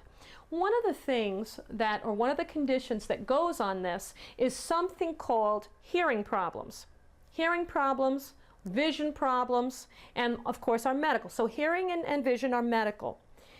If you've worked with a client who has a vision problem, and they can't see well and they don't have their glasses, there's a very good chance they could be misinterpreting information as something that it's not. I can't tell you how many older folks I've worked with, and what they'll tell you is you go out, and I had one woman, for example, who the physician gave me the referral and said, you got to go see her, she's psychotic. She thinks that people are stealing her stuff, that the kids in the neighborhood are coming to her house and terrorizing her, taking things out of her backyard. They're terrorizing her. So I said, okay, and I went out and did a home visit. Well, come to find out, when I did the home visit, that the woman was basically staring out the window, her back window, and there was a fenced backyard, and behind her fence was a park. She saw the kids running around on the swings and on the seesaws and stuff, and thought, because she couldn't see well, that they were in her yard. And she thought that they were taking things because she couldn't see them well. And when I took her in the backyard, she was able to see that there was a park back there. I mean, this woman was not psychotic. She couldn't see. Have you ever looked in a mirror or looked into a window, and you walk into a room and you see your reflection in the window real fast and you think, oh, okay, and you get shocked a little bit and you think, oh, that's me, okay. Well, what if you can't see well and you can't tell that it's you? I gotta tell you, I'm an interesting person, but if I'm sitting here in a chair all day and somebody's sitting in that window watching me, they're up to something. If I wasn't paranoid before, I'm paranoid now. Why else would somebody sit there all day watching me? Because I'm misperceiving it. I think that there's somebody watching me when it's really a reflection of myself because I can't see well. Always watch out for vision. The other thing, as we get older, the elasticity of the eye changes, and so we don't respond as well. I'm going through put the book close to my face, far away from my face, trying to figure out where I see better, because my vision is changing. You know, if you ever run support groups with the elderly, run support groups at night with the elderly, all right, and expect them to drive. You will be sitting there by yourself because they will never show up. They will never show up. They can't. You know, they can't drive at night, or they can, but it's very difficult for them because when the car lights come, they have trouble adjusting. So most of the time, they won't drive at night. They won't show up. So understanding vision is absolutely critical in terms of looking at somebody's medical condition, because it can be misperceived.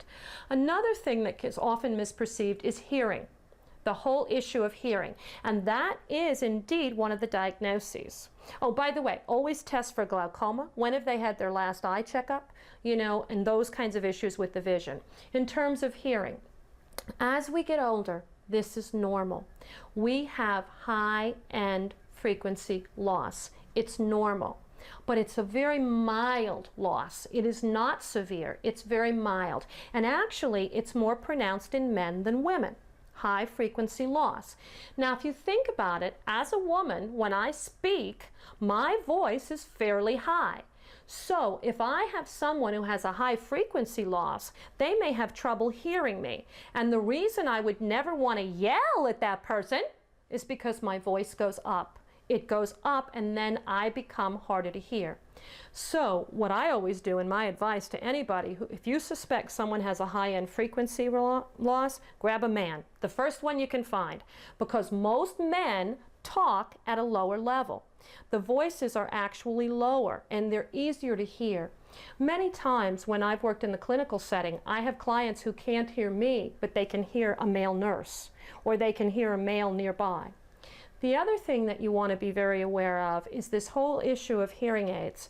Be very careful, because hearing aids will magnify sounds, but they magnify all sound at the same level, which means that somebody is, if you listen for background noise becomes competition with your voice. So if I'm working with a client in a room and the client tells me, well, they're talking in the hallway and it's driving me crazy, I can't concentrate, and I'm saying, yeah, it ain't bothering me, you know, it may be because I don't have that loss. I don't have that frequency loss, that high end. So background noise is low frequency. This is a good test question.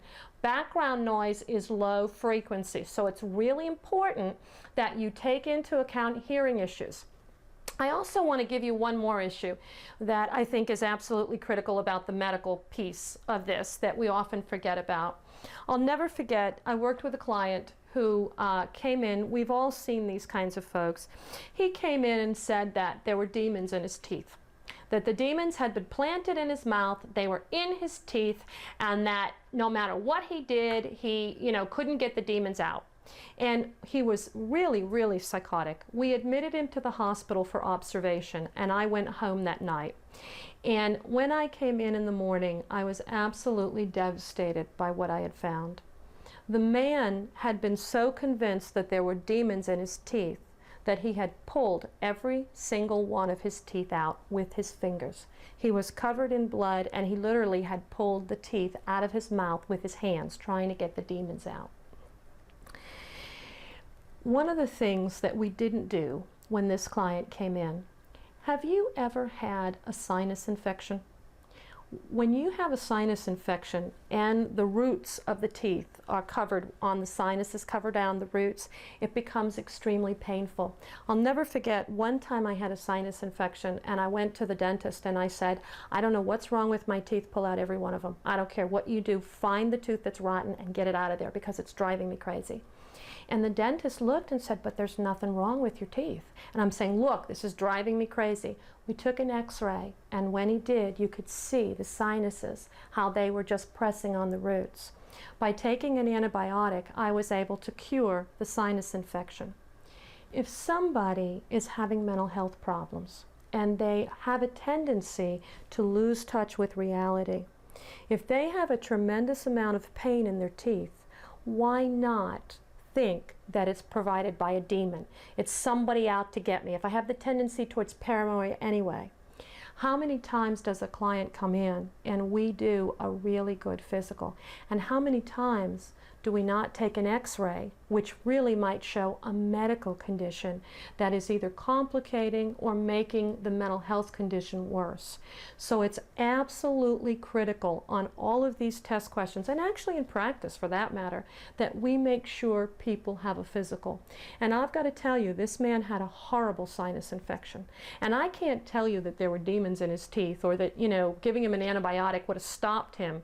But I can tell you that if he wasn't in that much pain, it might not have turned out the way it had. So you always want to make sure they've had a good physical. You want to make sure you look at hearing, vision, and all of the medical conditions. Now, traditionally, these have been the three that were required for a diagnosis. Axis 1, 2, and 3 have been the axes that are required for a diagnosis.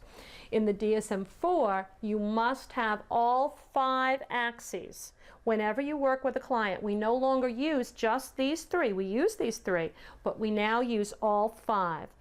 And the other 2 axes, axis 4 is the psychosocial and environmental problem or stressor that a client is experiencing. So if I add axis 4 to this board, it would be axis 4 is the environmental or the psychosocial problem. And examples might be problems with primary support, problems related to the social environment, occupational problems.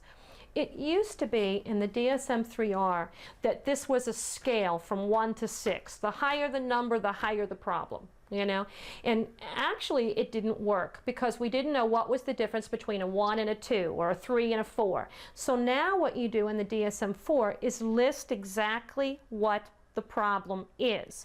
Like, is it a problem with primary support? Is it an educational problem? Is it a housing problem? Is it a problem related to the environment? Is it an economic problem? Is it an occupational problem? What is the problem that the person is experiencing?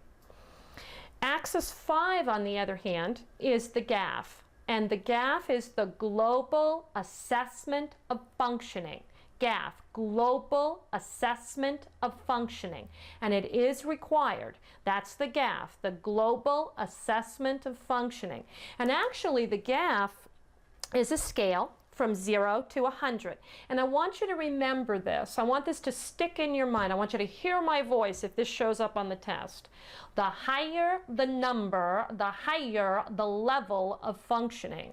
The higher the number, the higher the level of functioning. The higher the number, the higher the level of functioning. So who is functioning higher? Somebody with a 50 or somebody with a 70? The person with the 70. The higher the number, the higher the level of functioning. So it's 0 to 100. The higher the number, the higher the level of functioning. The other thing that the GAF measures is the highest level of functioning that somebody has been able to complete over a period of time.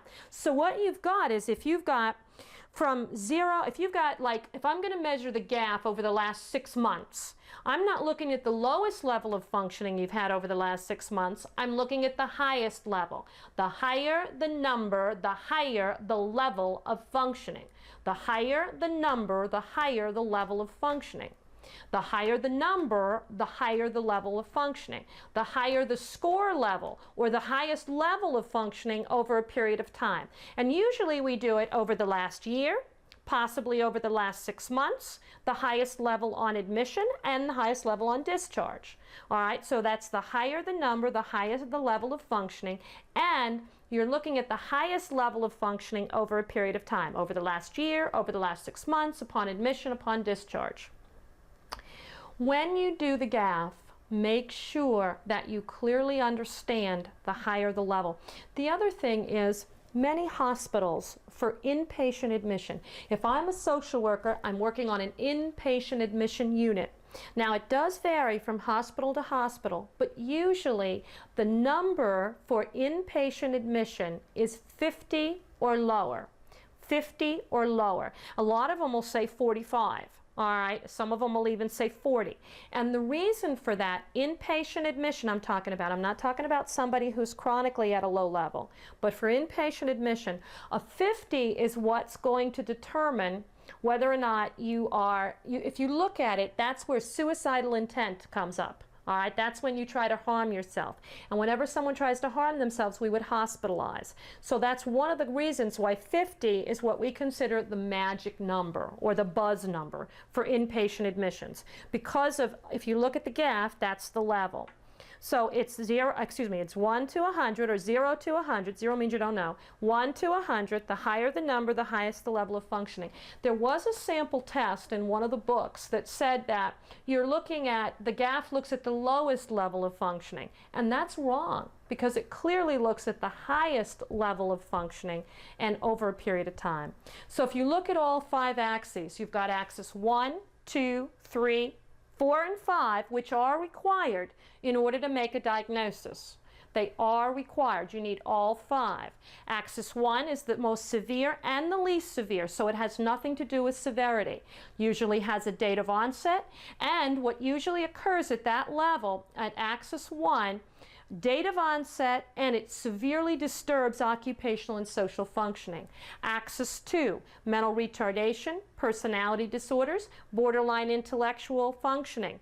Those are the conditions that go there. They usually are lifelong, so you don't usually have a clear date of onset, and they interfere and don't necessarily stop occupational or social functioning. Remember, your defense mechanisms also go on axis 2. Axis 3, the medical that goes with the mental. Medical, mental, medical, mental. Don't forget things like the medical conditions such as hearing problems or vision problems, because they would also go on there. Axis 4 is your level of stressor, and it would actually be problems with primary support, unemployment, whatever the problem is, you list it. And Axis 5 is the GAF, the Global Assessment of Functioning, the scale from 0 to 100. The higher the number, the higher the level of functioning. What I'd like to do now is I'd like to shift gears a little bit, and I'd like to talk about the specific conditions themselves. So I'd like to talk a little bit about some of the things that might show up, for example, on mental retardation or on autism or on some of those areas. Now, what I'm going to do is I've got a copy of a bell-shaped curve in front of you. And so I'm going to draw one here, and I can't possibly draw it as nicely as it's drawn in the book. So try to make believe this is the one in the book, because I'm just not that good at drawing. But I want to do a little bit of research while I'm talking about this bell-shaped curve and what it means. So I want to go over that and just add a little bit of interpretation into the book. If this is a bell-shaped curve just basically means that it is normally distributed. Normally distributed. That's a bell-shaped curve. And sometimes they refer to the bell-shaped curve or the normal distribution as symmetrical. And that would be spelled S-Y-M-E-T-R-I-C-A-L, is symmetrical. Symmetrical means that if I fold this in half, if I took this line right down the middle of the bell-shaped curve and I fold one half over the other half, they match. So what they say is that one half mirrors the other. The nice thing about a bell-shaped curve is it's standardized. And standardized means that everybody is talking on the same standardized sheet of music, so to speak, or has the same standardized criteria. So what that means is there's clear rules for what this bell-shaped curve has. It's standardized. If we look at this, and by the way, if a bell-shaped curve, if it's not a bell-shaped curve and it has a what they call skewed, if there's a skewed distribution, S-K-E-W-E-D, skewed, it means it's not bell-shaped. It means it could have a hump here or a hump there, or it's just not the normal standardized curve. Skewed just means it's not normal or standardized. And another name for skewed, I mention it in the research section when we get there, is kurtosis. K-U-R-T-O-S-I-S, kurtosis. That means that the distribution is skewed, S-K-E-W-E-D, skewed. And what skewed and kurtosis means, for purposes of this test, is it's not normal. It's not a normal distribution. It's not standardized. On the standard distribution, the nice thing about anything being standardized is there's certain rules that have to be followed. For example, on a bell-shaped curve, on a normal distribution, I know where my measures of central tendency are. If I put scores on a bell-shaped curve, I can look at how they center around the middle or how they go from one end to the other, how they cross the distribution. If I look at how they go around the center of the distribution, it's called measures of central tendency. And the measures of central tendency, you've probably heard them before, is the mean. The mean is another word for the average.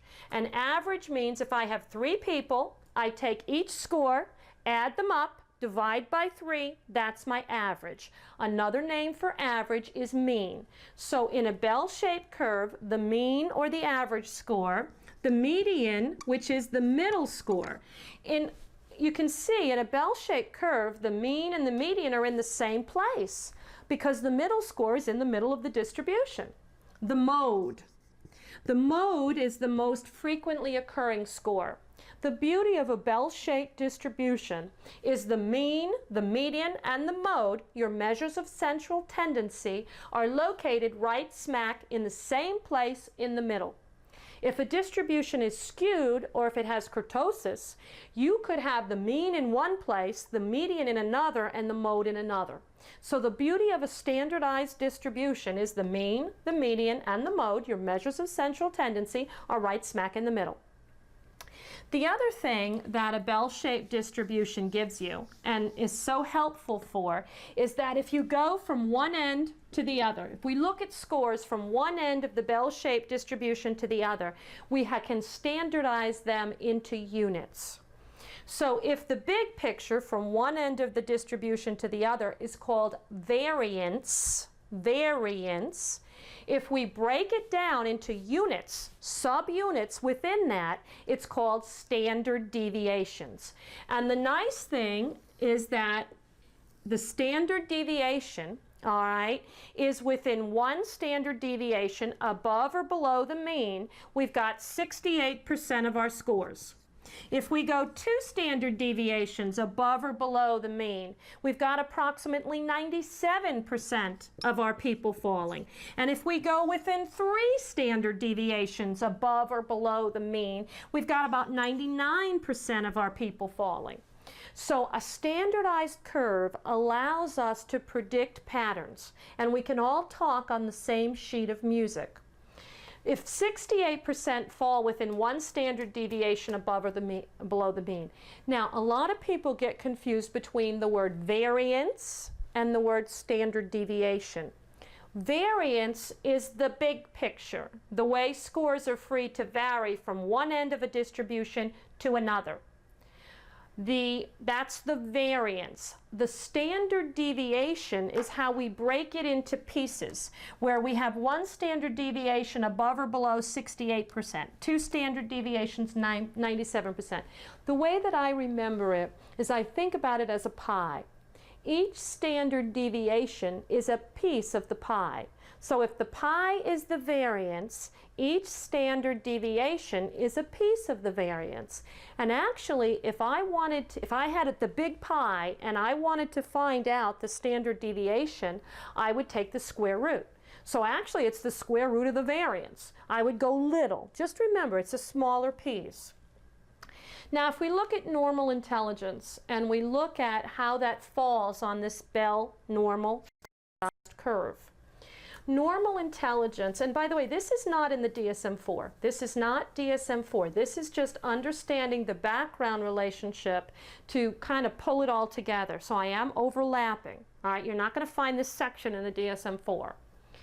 You've got your mean, all right, and in a standard distribution, let's just say normal IQ is about 90 to 110.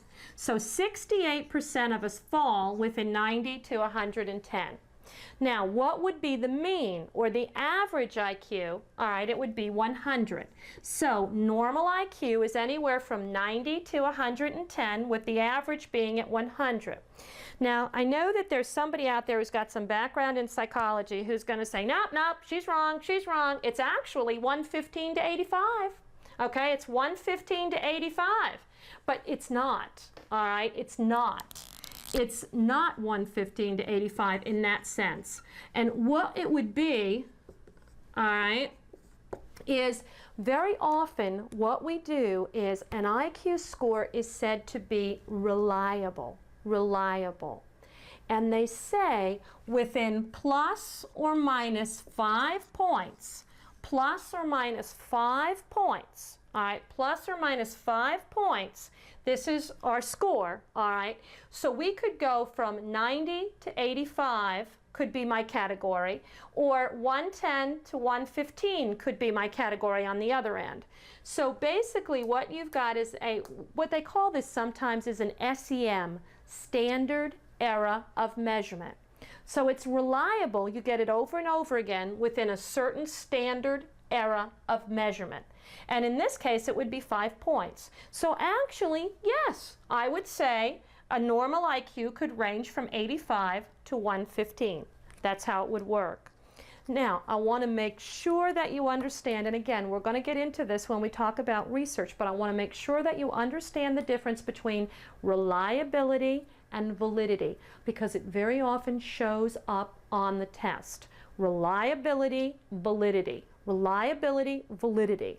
And the difference is reliability starts with an R. Now this is how I remember it. If it works, good. Reliability starts with an R, and the words that define it also start with an R. Example, reliability, repeat, replicate, random error. It eliminates random error. So reliability repeats, replicates, and eliminates random error. Reliability means that you get the same thing over and over and over again. Reliability, same thing over and over and over and over again within a certain error of measurement, plus or minus 5 in this case. You will get the same score over and over and over again. Now let's talk about reliability on this licensing test. All right? If you get a 73 the first time, all right, 75's passing, you get a 73. Reliability would say what? The next time you take the test, you would get a 73, or you would get a 74 or a 72. You'd be right in that area. All right, that's reliability. The same thing over and over and over again. That's how we measure reliability. Validity, on the other hand, is different.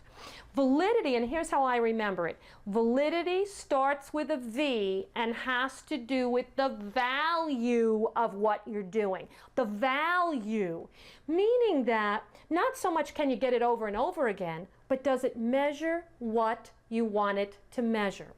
A long time ago, we said, and I think it's embarrassing that we said this, but what we said was, look, African Americans, Asian Americans, and actually Hispanics don't score as well on intelligence tests. Look, over and over again, they score lower and lower and lower and lower and lower, right? They're lower. I mean, they get the same score over and over again, but it's lower than the Caucasian average. All right, so therefore, they must not be as intelligent. That's not the case. The problem in that case, what we found out, was not a problem with reliability and getting the same thing over and over again. It was a problem with validity. Did it really measure what you wanted it to measure? Did it measure what you wanted it to measure? And if it did, all right, then it was indeed okay, but it didn't. What we found was a lot of the terminology was not familiar. A lot of the expressions was not familiar. And a lot of the way that it looked at things was not familiar. So it really just didn't make sense all that much. And so we found that although the tests were reliable, the IQ tests were very reliable, we had serious problems with validity. Now let's take it a step further, because this is something that could appear on the test. I'm a social worker and I'm designing my own measurement instrument. I'm going to put my own measurement instrument together and I am going to look at depression. And I go up to my client and I say, you know, I'd really like to know how much money you make and how many children you have. And what do you think about yourself? What do other people think about you? And I ask her all these questions, but the problem is the questions don't really have anything to do with depression. So I could get the same score for her over and over and over again. It could indeed be reliable, but it wouldn't be valid. Validity means, does it measure what you want it to measure? Can you pull it together and measure what you want it to measure? That's your validity. That's your validity. So IQ scores have measures to ensure validity, and they also now have measures for reliability. All right, so we've got both. Now, let's go back to this a minute. If we have an IQ score, which is normal, or average of 100, we go from 90 to 110. Now, if we say that 120 is 2 standard deviations above, 130 would be 3. If you have an IQ of 130 or higher, you're said to be gifted. You're said to be gifted. Now, in the DSM-4, there is no such diagnosis as gifted. There's not. All right, but many times gifted individuals have problems in social and occupational functioning. If you think about somebody, think about Einstein. I mean, you know, he had a lot of problems. He might have wrote the theory of relativity, but he had a lot of other functioning problems, but he was never diagnosed because of the fact that gifted is considered good. So 130 and above. And by the way, when you get this high, the numbers don't mean anything anymore. It doesn't matter if somebody has a 130 or a 140 or a 140 or a 145. The numbers are useless from that point on because it's so far out, it's not that fine a science. So it really doesn't mean anything. Once you get this far out on the bell-shaped curve, forget it. The numbers don't mean anything anymore. Now, if you fall, and by the way, the ideal intelligence level, if you could go in here and pick what would be the best intelligence level for your kids to have, probably be about 120. Because those folks function above the higher level, all right, but yet they still don't seem to have as many problems as you get with people who get in the higher IQs. The sad thing too, a lot of times in the school system, if they count 130 as gifted and you get a 125, they don't take that into account as you're gifted. But yet, this plus or minus 5, if I took an IQ test and I got 130 and I took the IQ test again, within 5 points I could fall above or below. That's reliable. But if I got 130 on my IQ, right, and then I took the test again and I got 90, something's wrong. All right, and what you need to be saying is, have I had brain damage? Am I on drugs?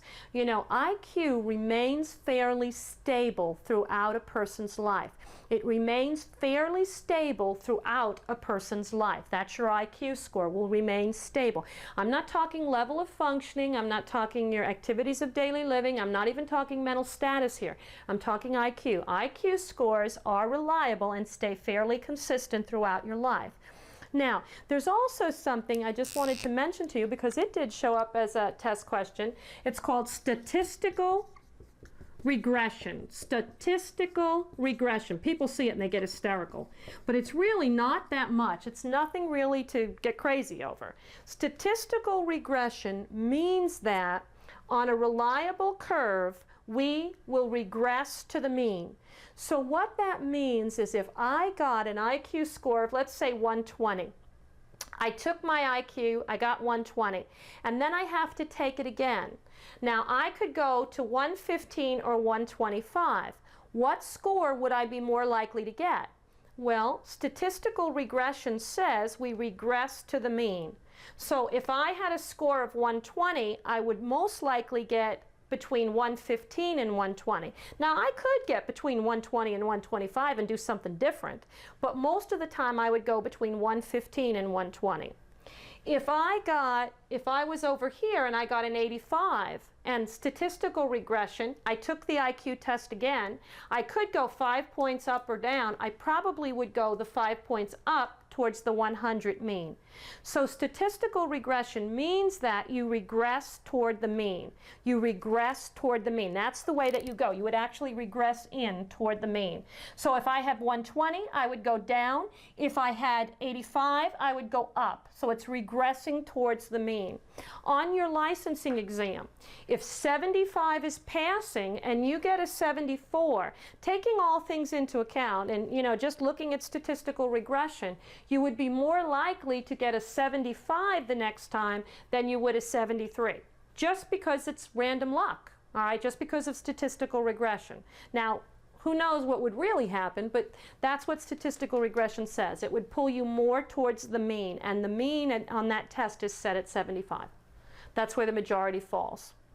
So those are your issues of looking at that. Now, if you're at this end of the continuum, IQ of 130 or above, you may be gifted, but you don't get a diagnosis. If you're at this end of the continuum, all right, and you fall into the 70 or below, you clearly get a diagnosis. 70 or below, you fall into what they call mental retardation. Mental retardation.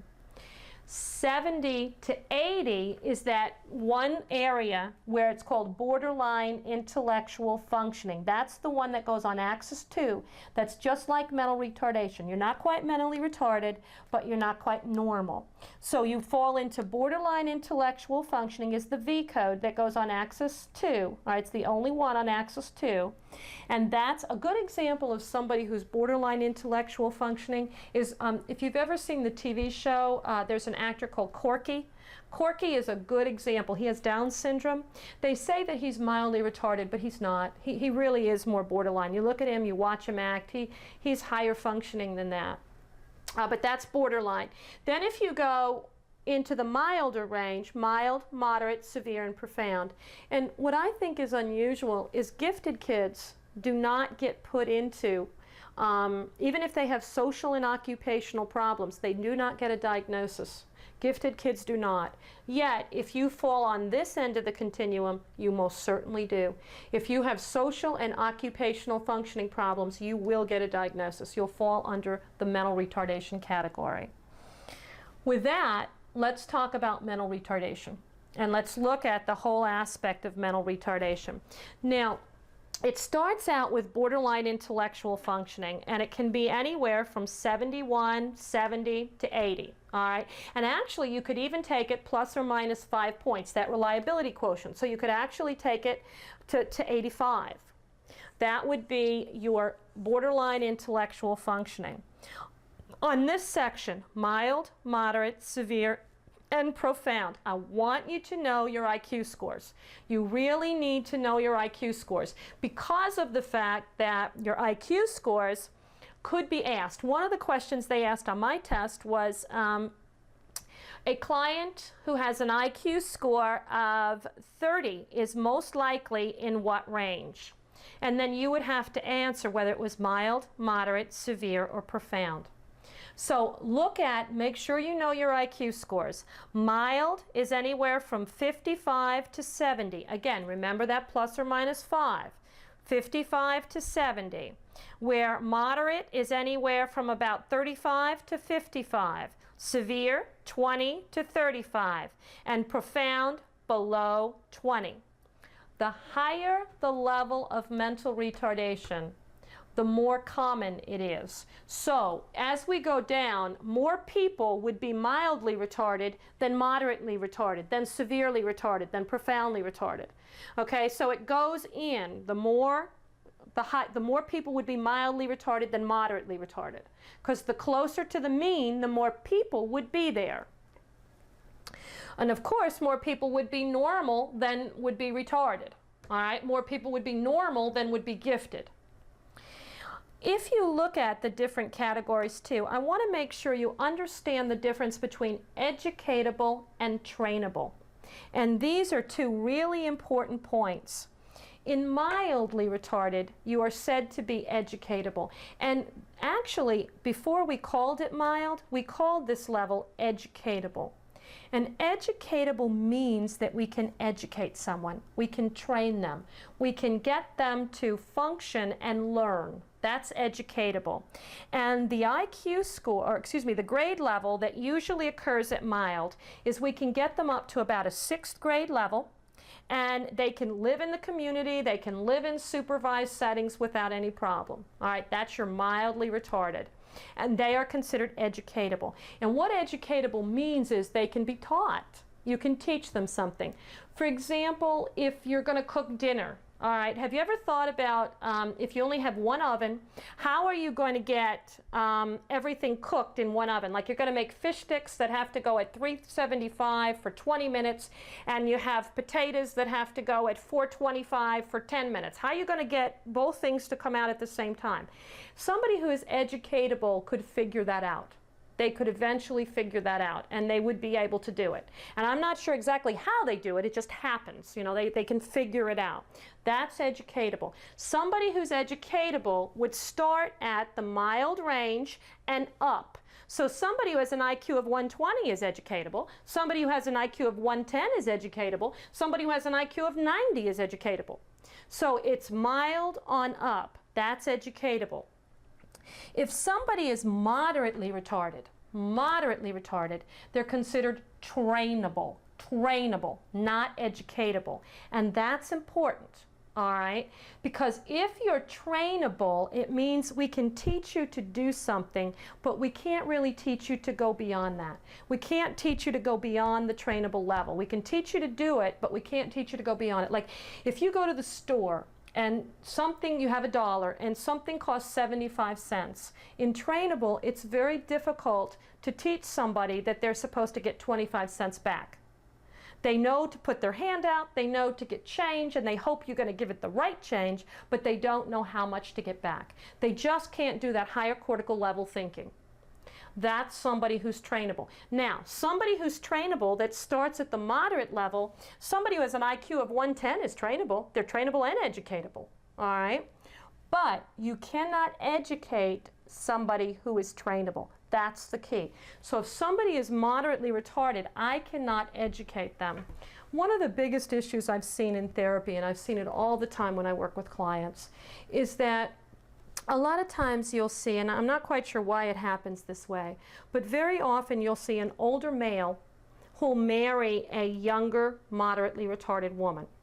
They'll have children together, and then he ends up in the hospital. He has a stroke or a heart attack. And then she is brought to your office on child neglect, meaning that she is sending the kids to school without coats on when it's cold out, or she's not feeding them well-balanced meals. And when you go to the house, you find out that she's really not doing it. It's not something she's doing deliberately. She honestly can't educate. She knows to dress her children, but she can't predict the weather. That's too high a functioning level for her. Or she can make tube steaks, which are hot dogs, but she can't cook a full course meal because she just can't get it all together. He used to do that, but now he's in the hospital. So what the judge will do is say, oh yeah, send in the home health nurse, let's train her, let's train this woman, let's educate her to take care of her children. You cannot educate someone who's trainable. So you can tie all your resources up and you won't be able to help them. Let me give you an example of a sample question. To diagnose mental retardation, which one of the following is not required? Onset prior to age 18, an IQ of 70 or less, an organic factor contributing to its development, or deficits in adaptive and social functioning. The answer is the organic factor, because technically it is supposed to develop before the age of 18. The IQ should be 70 or less, because if it's more than 70, you're borderline. And the deficits must be, you cannot be diagnosed with mental retardation unless you have deficits in social and adaptive functioning. You can't be. So that has to be the answer C. Now let's look at the next question. A child with a tested IQ of 45. Okay, what do we got here? 45. We've got a trainable child is being taught to dress himself. The social worker instructs the child to engage in this process one step at a time, rewarding the child regularly. Eventually, the child is able to dress himself. After completion of this intensive program, the child remains unable to prepare himself to dress for cold or rainy weather. For example, he might leave the facility without a coat when it's snowing outside. From the choices listed below, which statement best describes the performance of the child? A, the child is not paying attention to his surroundings and a new behavior modification program needs to be implemented. B, the level of retardation present in this child should be explored further, as he may be able to complete this higher level task and therefore he may remain at a concrete, trainable level of performance. C, the child needs a more intensive training program to educate him to take into account the weather. Or D, the facility staff needs to work harder to encourage this child to prepare for completion of his own needs and safety issues. The answer is, look at the level of retardation, B. In the next section, what we're going to do is we're going to go through and talk about pervasive mental disorders, autism, some of the other childhood disorders, and then talk about some of the mental health disorders and the treatments in regards to adults.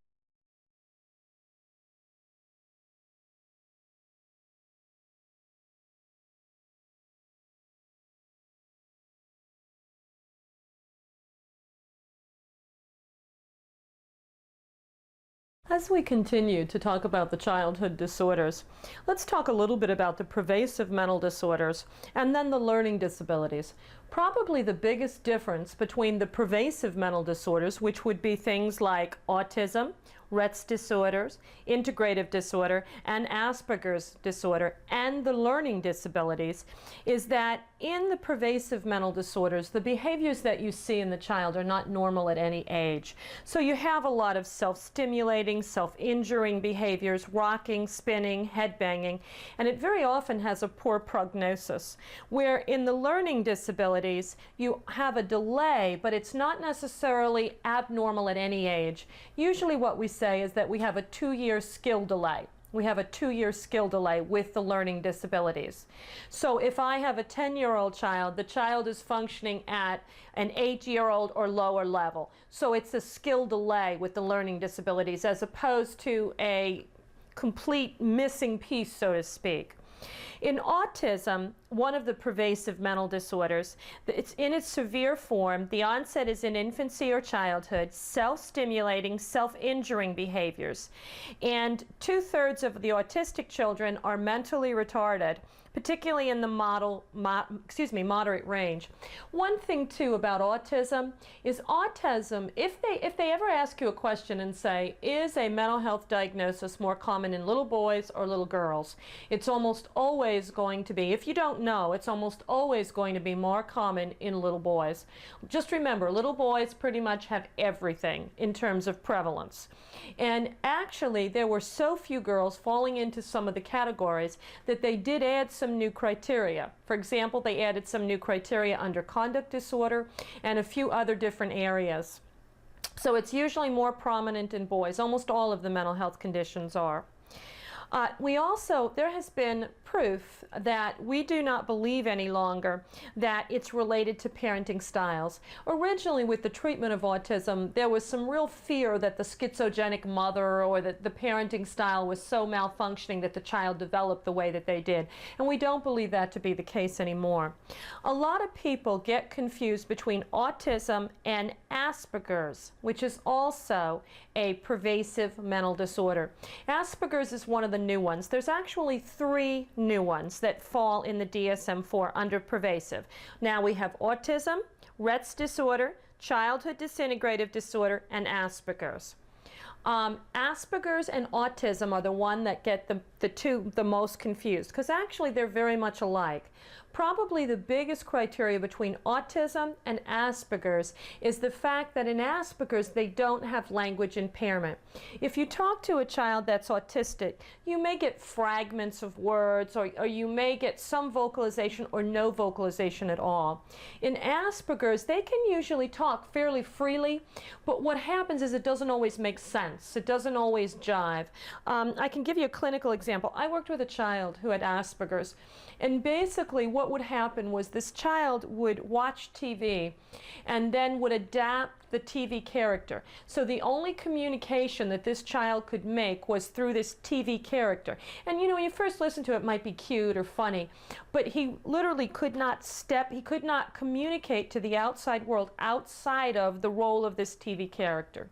So they can indeed communicate with Asperger's. They don't have the language impairment, but number one, it doesn't always make sense, and number two, it's not always functional communication. Rett's disorder is also a little bit unusual because it's only in females.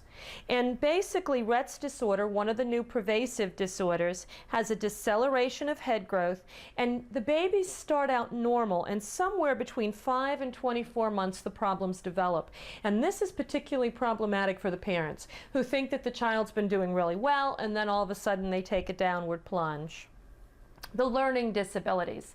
The learning disabilities is where you have a child that has a significant problem in the acquisition of listening, speaking, reading, writing, reasoning, or math.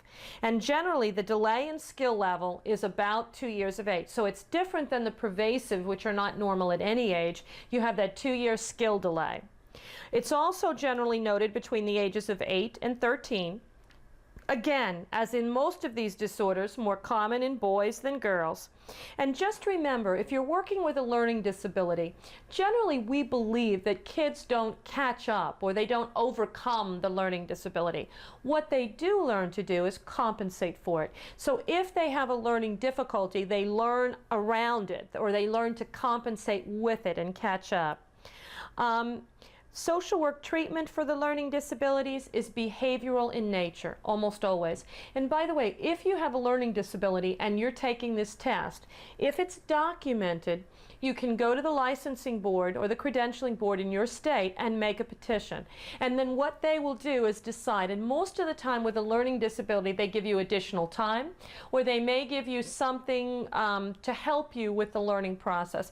Like they may give it to you handwritten instead of computer scored if that's what you need, or whatever your learning disability involves. So if it's a reading disability, they may have somebody there to help you read it, and then you do the answering of it. Another condition that falls under the childhood disorders is ADHD, Attention Deficit Hyperactivity Disorder. And sometimes they call it ADD, Attention Deficit Disorder, but it really is ADHD, Attention Deficit Hyperactivity Disorder. And there's actually 3 types. There's the predominantly inattentive, hyperactive impulsive, and the combined. It's real easy to diagnose the predominantly inattentive. That's the child who hits your office and within 3 minutes has touched, moved, jumped all over the place. That's your predominantly inattentive. They're very easy to diagnose and to catch. Excuse me, let me back that one up. That's your hyperactive impulsive. They're very easy to catch because they've literally, in the few minutes they've been in your office, they've basically touched everything and done everything. It's the predominantly inattentive child, though, that has the harder time to diagnose, because that's the child who concentrates but can't concentrate for a long period of time. So what'll happen is they'll take a test of 170 questions. They'll get to number 150 or 100 and they'll say, I just can't take it anymore. I need a break. And then they run out of time. So if you had a diagnosis, for example, of predominantly inattentive, you could petition the board for additional time, and they would allow that to happen. So you can have the predominantly attentive, which is clearly the attention and concentration problem. It does not necessarily show up in the outward behaviors. Or you can have the hyperactive impulsive. That's the child who within a couple of minutes has touched or moved everything that you have in your office. Or you can have the combined type, which is a combination of the two. There are symptoms. If you have somebody who has ADHD, they have to have it in more than one place. So they can't be doing it just at home and not at school or at work or at daycare or wherever they are. They have to be doing it in more than one place. That's the rule. And very often the ADHD conditions will actually extend into adulthood. And if they extend into adulthood, usually what we say is the date of diagnosis, or when it really started, is generally before the age of 7. Remember, they don't have to have intellectual deficits. The deficits are primarily in concentration and attention. That's where the deficits will usually occur. What you also want to be aware of is a lot of children have common co-conditions that go along with it. And my rule is very simple. If I have a child jumping up and down in their seat, I may have attention deficit disorder, all right? I may have the hyperactive impulsive type. But if I have a child who's jumping up and down his seat, has a pencil in his hand, and every time he comes up, he's ramming it into the kid next to him, I have a lot more than just that. Ritalin, one of the medicines that's very often used to treat ADHD, works very well for that type of, for the attention, for the concentration, for the hyperactivity. But it will do nothing for the pencil jabbing, so to speak. So you need to look at whether there are co-conditions, what the co-conditions are, and whether or not you need to add an additional treatment to deal with, in this case, in that example, the disruptive behavior. General social work treatment, evaluate by a neurologist psychiatrist or a physician, absolutely.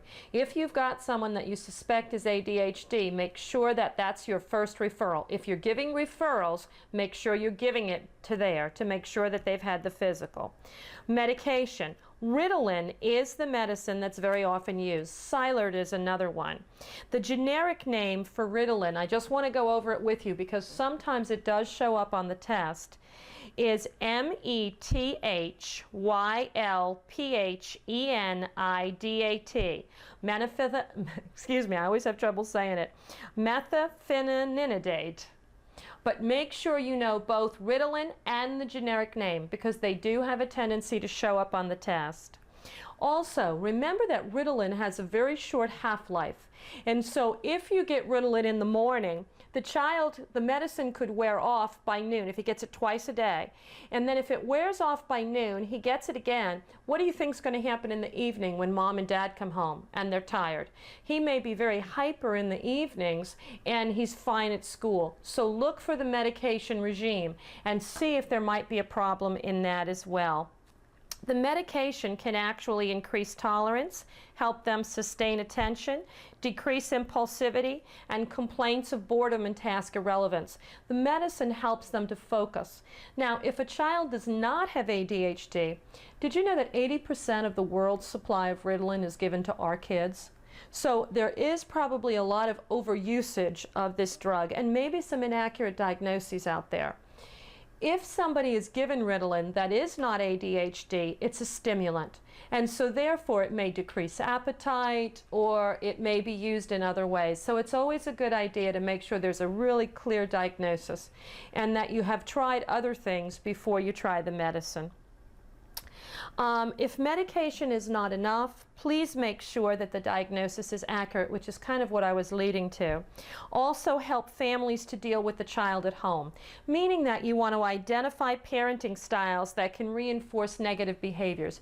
One of the biggest problems with ADHD kids, particularly the hyperactive impulsive, is they're always getting yelled at. Sit down, be quiet, concentrate. What's the matter with you? Can't you pay attention? And so they get a lot of negative feedback from the environment. And you might want to check into that.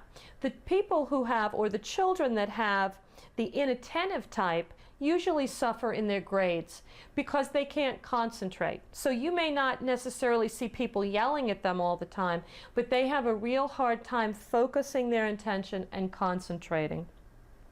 So help families deal with the child at home. Help teachers to deal with the child at school. For example, make sure the child is sitting in the least distracting place. If you're working with ADHD kids, it's a really good idea to make sure that the classroom is set up in such a way that it facilitates it. For example, one of the things that we're doing in kindergarten, if I have 4 children, all right, and they're sitting in desks, and here's their chairs, they're sitting in desks facing each other, and the teacher is here.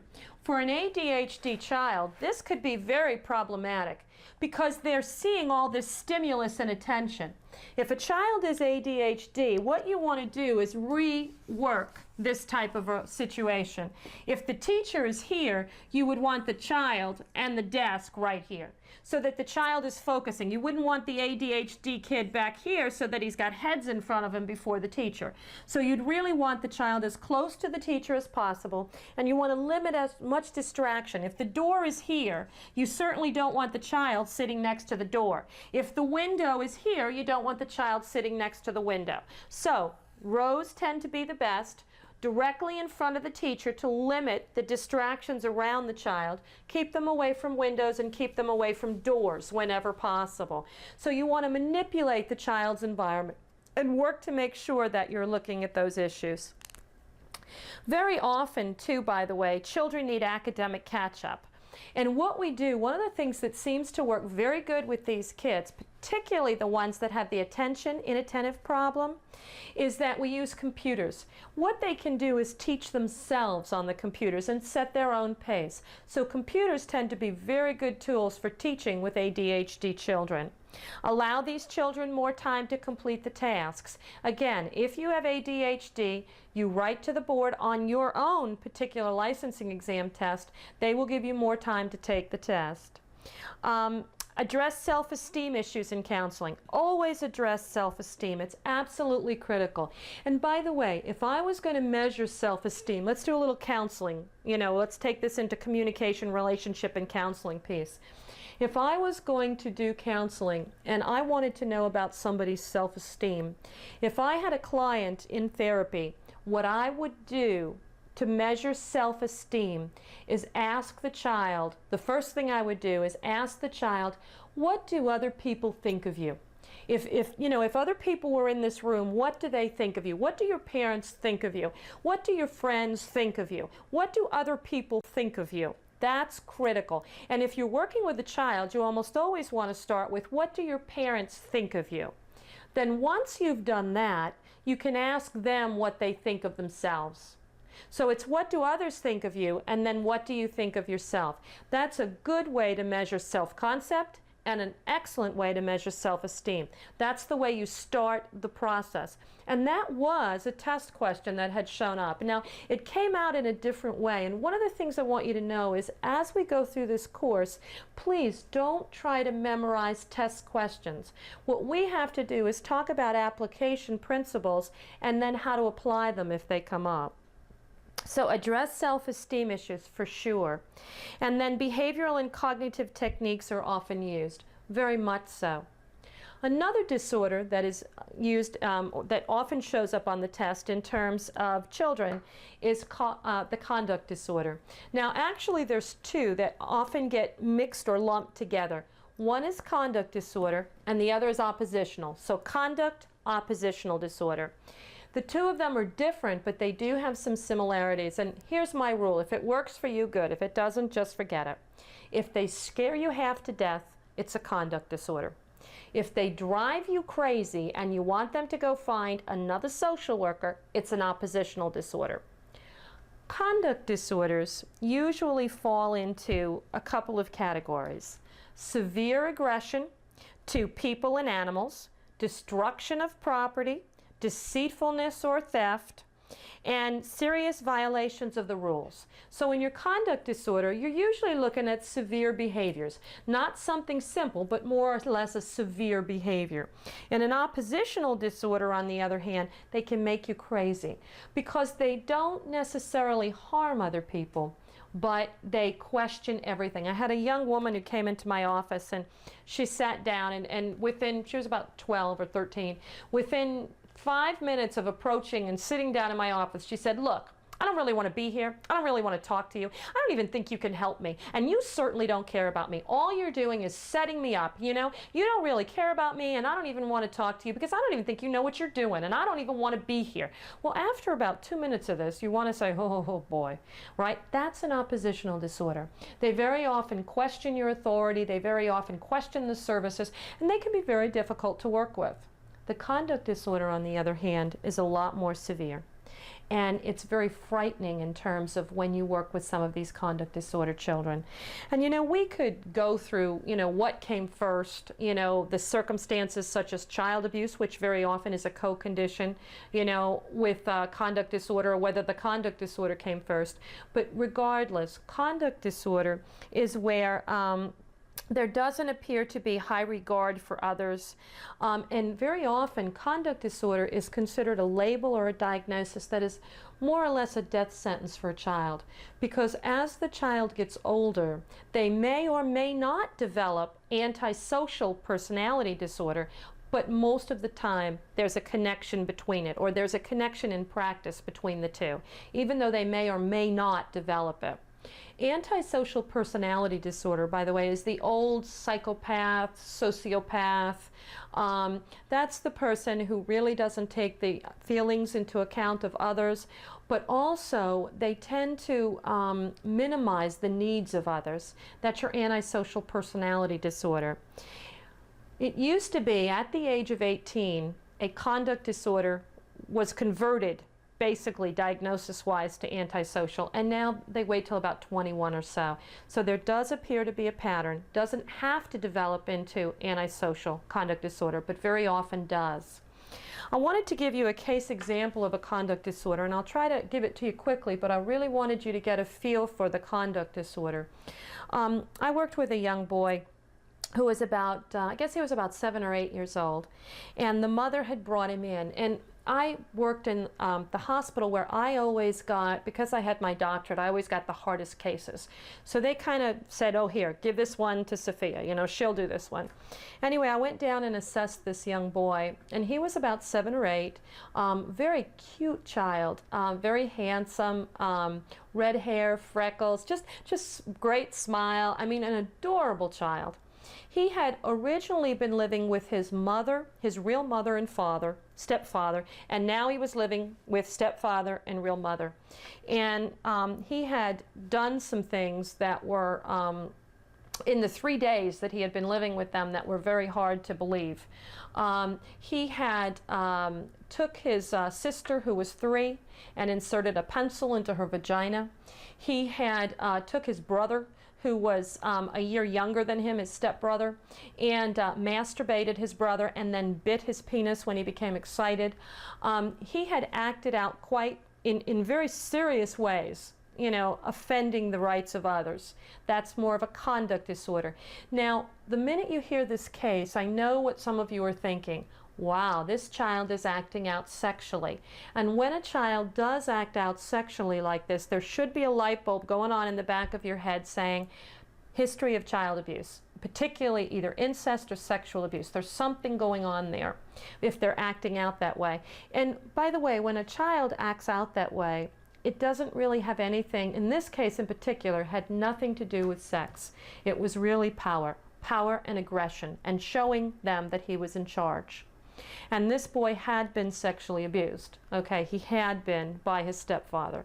So here he was, he's in my office, and what am I going to do? And I said to him, I said, you know, tell me, I said, what, you know, why did you do this? You know, what made you do this to your sister and your brother? And he said, I'm new, and I wanted them to know I'm here.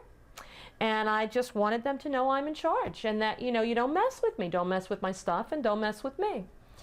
And the boy was very bright. And he really didn't, what Freud said, Sigmund Freud said, is that these children, or children, there are children who don't have, Freud talked about the id, the ego, and the superego. And he said that the id is the childlike, impulsive piece, the ego is the mediating force, and the superego is where guilt is located, or our moral conscience. And what Freud said is kids who have a conduct disorder or the antisocials don't have well-developed superegos. So they don't know. And if we're going to talk about superegos, let's just say somebody removed it from this child and put him back together, because he really didn't have any sense of right or wrong, none whatsoever, and didn't really see anything wrong with his behavior towards these other children. I got real nervous and I wasn't sure what to do, so I put him in the hospital. And we did get him admitted, and it was really, really sad because he had been in the hospital for 6 months, and the day before his insurance ran out, the hospital called me for discharge plans and said he was cured, he was coming home. When just recently he had been caught naked in the closet with another child. But nothing happened. They had caught him in time. Anyway, the boy was discharged home, and his diagnosis was changed. It was changed from what I had given him, which was conduct disorder. It was now changed to dissociative identity disorder, which is the multiple personality disorder. Technically, you're supposed to observe that for 5 years before you make a diagnosis. So it was a very quick diagnosis that he had been given. Within 6 months, he was changed. And I have to honestly tell you, I don't think there were very many personalities in this person. I never saw them. He just literally had, he was the perfect example of a conduct disorder. Anyway, the diagnosis was changed to multiple personality disorder or dissociative identity disorder. And once it was changed, he was discharged back home. And he was having a field day in hypnosis. In schizophrenia, one of the things that most people present with is they'll present with things like their hallucinations. The most common type of hallucination is auditory.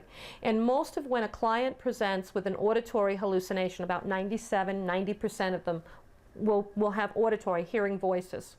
Very rarely do you have someone come in with visual, seeing things. Usually when people see things, you think about danger, you know, or some type of damage to the brain. if they come in and they talk about smelling things, all right, or tasting things, usually you think of epilepsy or, again, brain damage. Very, very rare. And when they come in and they complain about bugs crawling on them, the rule is very simple. Bugs are drugs, bugs are drugs, bugs are drugs. If somebody comes in and they complain of bugs crawling on them, you should always think about, number one, if they're abusing substances, or number two, if they are in withdrawal from a substance, you know, if they're going through the stages, so, or detox. You really need to look at bugs and drugs. Anyway, this young boy came to see me, and the probability of him having all four of those types of hallucinations is not real good. Anyway, he came in and he said, Dr. D, he said, somebody had, his parents had brought him back in. I forgot to tell you this. His parents had brought him back in because somebody had just stuck their fingers up the butt of the younger child in the house and had torn the anus. So the parents brought him back in. He wasn't even home from the hospital 2 days when this happened. So they brought him back in, and I evaluated him again. And I was meeting with him, and this is where I'm getting into the hallucination thing. So he came in, and when I interviewed him the first time, there was no sign of hallucinations whatsoever, none. And I was really afraid of sending him to the hospital because I was afraid that he would learn that you could blame things on a hallucination or a delusion and not be responsible for what you do. Now, one of the things that we often do when we treat conduct disorder children is we very often do what we call BCs, behaviors, consequences. We teach them, because of the lack of superego, that if you do this behavior, this is the consequence that will result. If you stick your fingers in your brother's butt, this is what we're going to do to you. You know, this is what's going to happen to you. This is the consequence you're going to have to pay. So what they do is they teach very strict BCs. He went in the hospital. This was the program. And what I was afraid of was that he would be around children who had many different types of disorders. And I was afraid that he might learn that he could blame things on a delusion or a hallucination and not be responsible for what he did. So now he comes to see me, and he says to me, Dr. D, he says, I just want you to know that I'm really feeling bad. I want you to know that I did not do this to my brother. I just want you to know I didn't do it to my brother. It wasn't me. And I want to tell you what happened. I said, okay. And he said, well, he said, there was a show that was very popular at the time. They were doing reruns on it a lot. It was called In Living Color. And there was a clown on the show called Homie. And Homie would take a baseball bat, and he would go to birthday parties and just beat everybody over the head. He'd beat the birthday cake and the birthday people and everything with his baseball bat. So anyway, he said to me, he said, Dr. D, he said, I just want you to know it wasn't me. It was Homie. And let me tell you what happened, Dr. D. He said, Homie comes to my room every night, and before he comes, I can smell the snakes slithering up the stairs. The snakes slither up. The snakes, and they're followed by the lizards. They slither up the stairs, and then they crawl on my skin, Dr. D. I can smell them. I can smell them coming. I can taste them. I can feel them crawling on my skin, Dr. D. And then after they come, Homie comes. And I can hear Homie walking up the stairs, and then I can see him as he comes into my room, and he whispers in my ear, do it to your brother. And I didn't want to do it, Dr. D. I didn't want to do it, but Homie did it. Homie said he would kill me if I didn't do it. And you know what, Dr. D? I'm really scared because Homie the clown wants me dead. I'm really scared because he wants me dead. And you know what? He isn't too fond of you either for putting me in the hospital, and he wants you dead too. And I have to tell you, the hairs on the back of my neck just kind of stood up. I mean, this child was 8 years old, thank goodness, right? That's what I mean about if they scare you half to death, you've got a conduct disorder. And when I worked with this child, we went through a lot of different types of things that we tried to do with him. But one of the things that I worried about is his parents would lock him in his room at night because they were scared to death that, you know, he would come out and hurt the other children. And so they were locking him in his room. Well, what if there was a fire? How do you explain why a child is locked in their room? Well, one of the things that we did was I helped them. We went to, actually they went to Home Depot. I told them where to go. And they got an alarm. And what they did was they gave him his own bedroom. They put an alarm on the door so that every time he would get up during the night, the alarm would go off and they would wake up. So they would know when he was in his room and when he wasn't. And basically we tried to get him into the state hospital after that because we had so much trouble controlling him. But that's a true conduct disorder.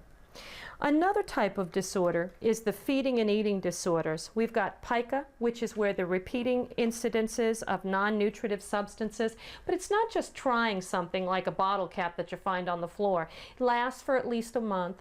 I've also worked with children, we call them, and it's not a technical term, but we call them the squirrel children. These are the pica children that will put things in their mouth and store them in their mouth. Like they'll put bottle caps in their mouth, or they'll put things, whatever they find, just store them in their mouth. They look like little squirrels. The other type of pica that we see a lot of is the eating of the non-nutritive substances.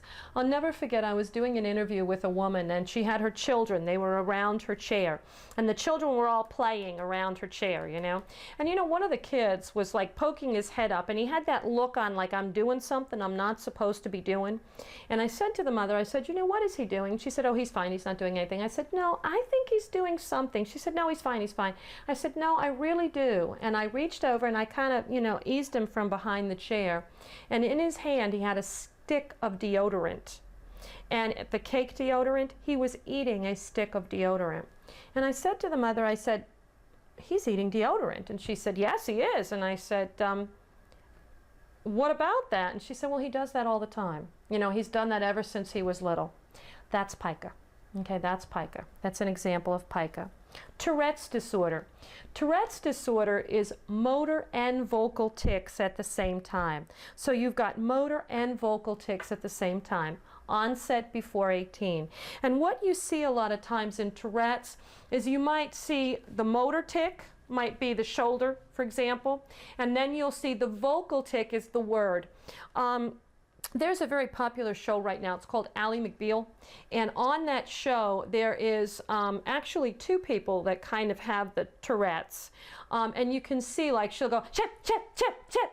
You know, and you can see the motor tic always accompanies the vocal tic. And a lot of times with Tourette's children, they'll get caught on a curse word. They don't have to. It could be just a phrase. But they can get caught on a curse word, and so they'll say a bad word over and over and over again. And they can be considered very offensive to other people around them, or people around them get very offended. So what you want to do is help them. But those are motor and vocal tics that they experience. If you have a child that suffers from Tourette's, it's really important to make sure that they've had a good physical and that a neurologist has checked them out. Here's a sample question. When a client is suspected to have Tourette's disorder, the social worker's first referral should be to a psychotherapist, neurologist, pathologist, or a long-term treatment program. The first referral, if you suspect Tourette's, would be to, the two choices are A, psychotherapist, or B, neurologist, C, pathologist, or D, long-term treatment program. I'd say neurologist is the only option here. So the answer is B. Now, if it said a psychiatrist or neurologist, that's getting a little more iffy because those two often do the same kinds of things. If it said physician and neurologist, I would say the answer is neurologist. If it said physician and pathologist or social worker, I would say physician. So always look for the person that has the most medical expertise in terms of doing the physical. Enuresis and coparesis. Enuresis is basically pee-pee and coparesis is poo-poo. And what you're looking at, and this is part of the human growth and development, if you have a child, most children can be potty trained by about 3.5. And what we'll say a lot of times is if you have a 2-year-old that's having trouble and they can't seem to get through it, most of the time what we'll do is, like if you're trying to, the mother's trying to get the 2-year-old to be potty trained, no matter how hard she tries, the child can't, tell the mother to wait. because most of the time if you wait to 3.5, they'll train themselves. They can do that by themselves. The only exception to that in terms of potty training is if a child is institutionalized. If you're working with institutionalized adoptions, they usually give you an extra year. So instead of being potty trained by 3.5, they would more likely be potty trained by 4.5. Be careful with this, because you really need to look at whether or not you would apply enuresis to a child who is in an institution at the same age that you would someone else. So international adoptions in particular, give them an extra year. Or any type of institutionalized placement where they're not getting the one-to-one, give them an extra year. If you've got an elimination disorder, get a physical. Absolutely. Always get a physical. Separation anxiety disorder. I want to make sure that you know the difference between separation anxiety disorder and stranger anxiety. For example, separation anxiety disorder is a full-blown diagnosis where the child can't separate from the parent. They can't. They can't separate. Stranger anxiety, on the other hand, is a normal reaction, all right, that a child will encounter at, say, about 8 months of age. You know, at 6 months, you go up to the baby, you say, "Oh, you're so cute," the baby smiles. At 8 months, you go up, you say, "Oh, you're so cute." If the baby feels threatened, the infant will cry, startling. That's stranger anxiety. That's very different than separation anxiety disorder. Very different. They're two totally different. One is a diagnosis, and the other one is just a normal reaction that infants very often can have. Selective mutism, known as elective mutism. Selective mutism, and it should never be given in the first month of school, is where a child who, if you look, they're talking in one place, but they don't talk in school. So they're talking here, but they don't talk in school. One of the cases that I worked on, I had a child who had been left back twice, and they couldn't leave her back again, but she refused to speak, absolutely. Yet the mother said that she talked at home. So the treatment that we did was I went to where she spoke. So in selective mutism, you go to where the child speaks, which was at home. And I could hear the child speaking in the other room, but the minute that the child saw me, she would stop speaking. So what I did was I set up a behavior modification program where I worked with the mother, and we rewarded her. This child loved ice cream. So we called her in the kitchen, and in order to get ice cream like the other children, she had to say yes to her mother. The first time she didn't want to do it and she didn't get the ice cream. The second time she did. She said yes. And then the mother and I contracted that eventually I started asking her. So she had to say yes to me, which she was able to do. Then the other thing to get the ice cream is she had to meet with me in the living room where we sat down and talked, which we contracted. So basically we contracted working with the mother first in the kitchen, then we went to the living room, then I contracted with the child to meet in a guidance counselor's office at her school, which we did. Then I contracted with the child to move to the back of her classroom where the two of us sat there and actually worked with the teacher. You can see this is pretty labor intensive, but I worked with the teacher to get the teacher to ask the child the question, you know, very simple one-word questions that I knew the child would know the answer to, which she did. And the child was eventually able to answer. Then we negotiated from the child sitting in the back of the room to the front of the room where I remained in the back. So the child, it was interesting because when the teacher would ask her a question, she would look to me for the answer, you know, and then she would answer. Eventually we contracted that. Then I would go to the restroom a lot or get water or whatever. And eventually she was able to sit directly in front of the teacher. And so it moved from mother to me. All right, then it moved from me to teacher. That's the way the contracting process went with the client. So we were able to take her to the point where we did have her talking. It took about 6 months, but we did indeed have her talking in the classroom. She was able to talk.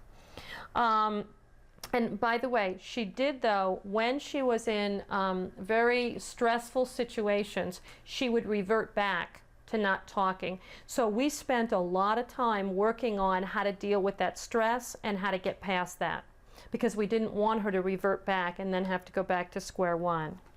Selective mutism, I just explained to you.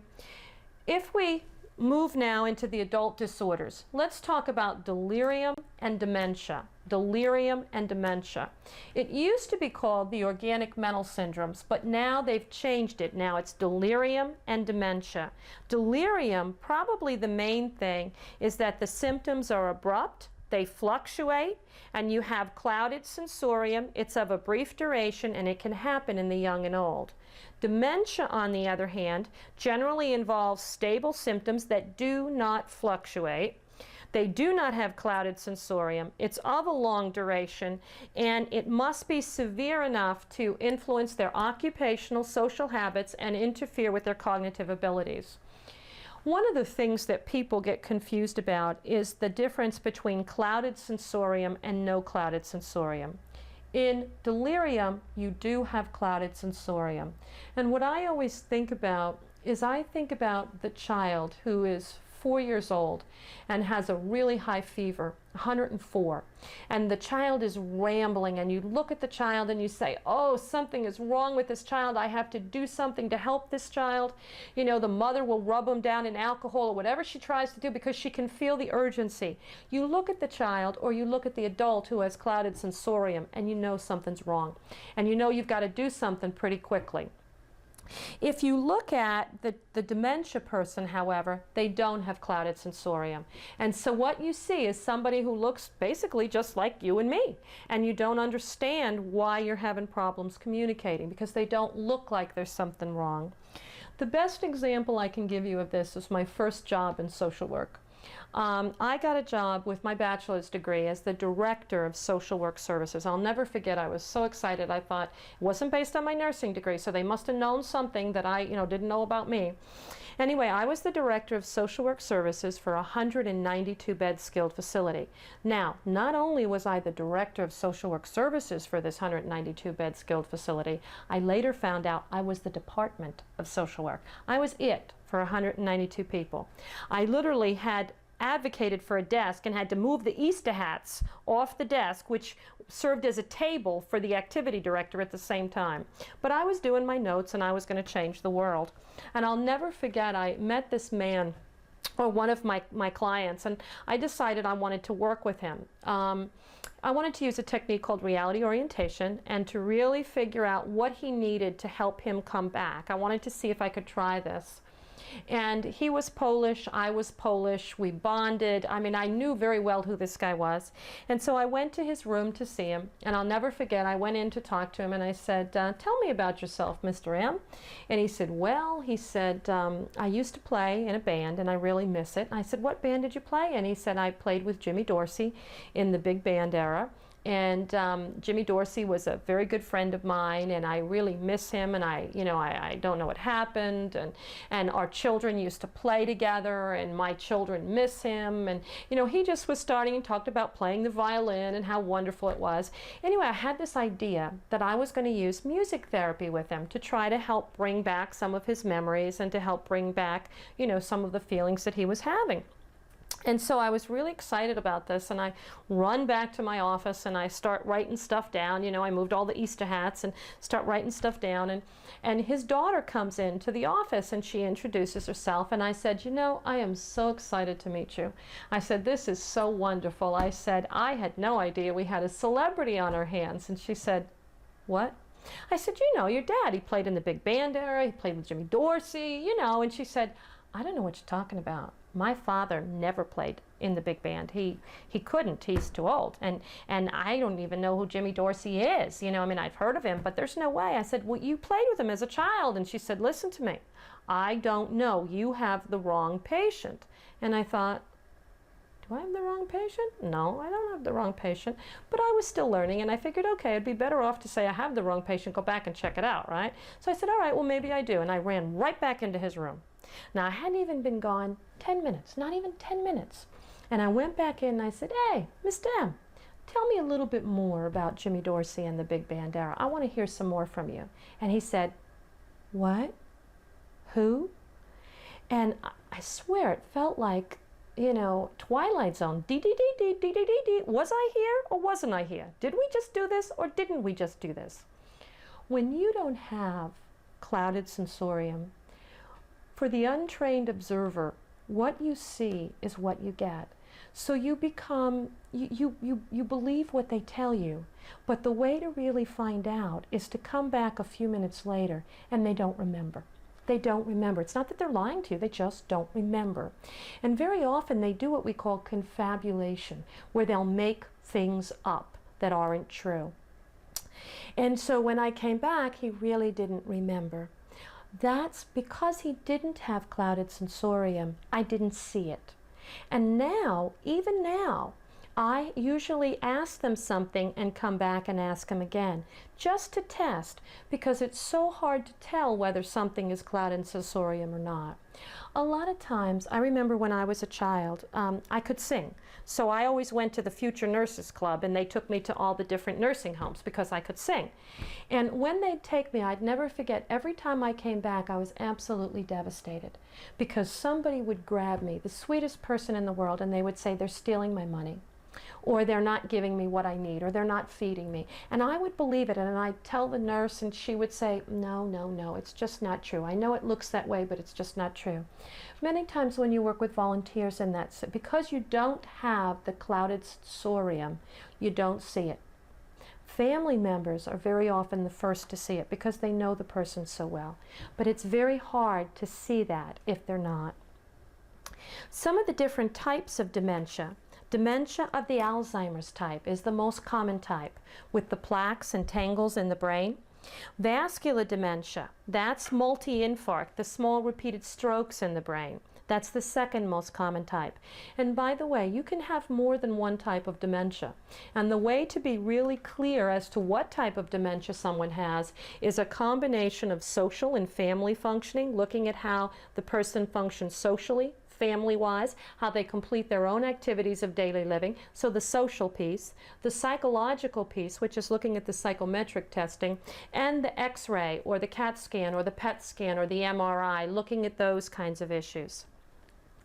And by the way, even when doing that, the only way you're 100% sure at this point is still autopsy.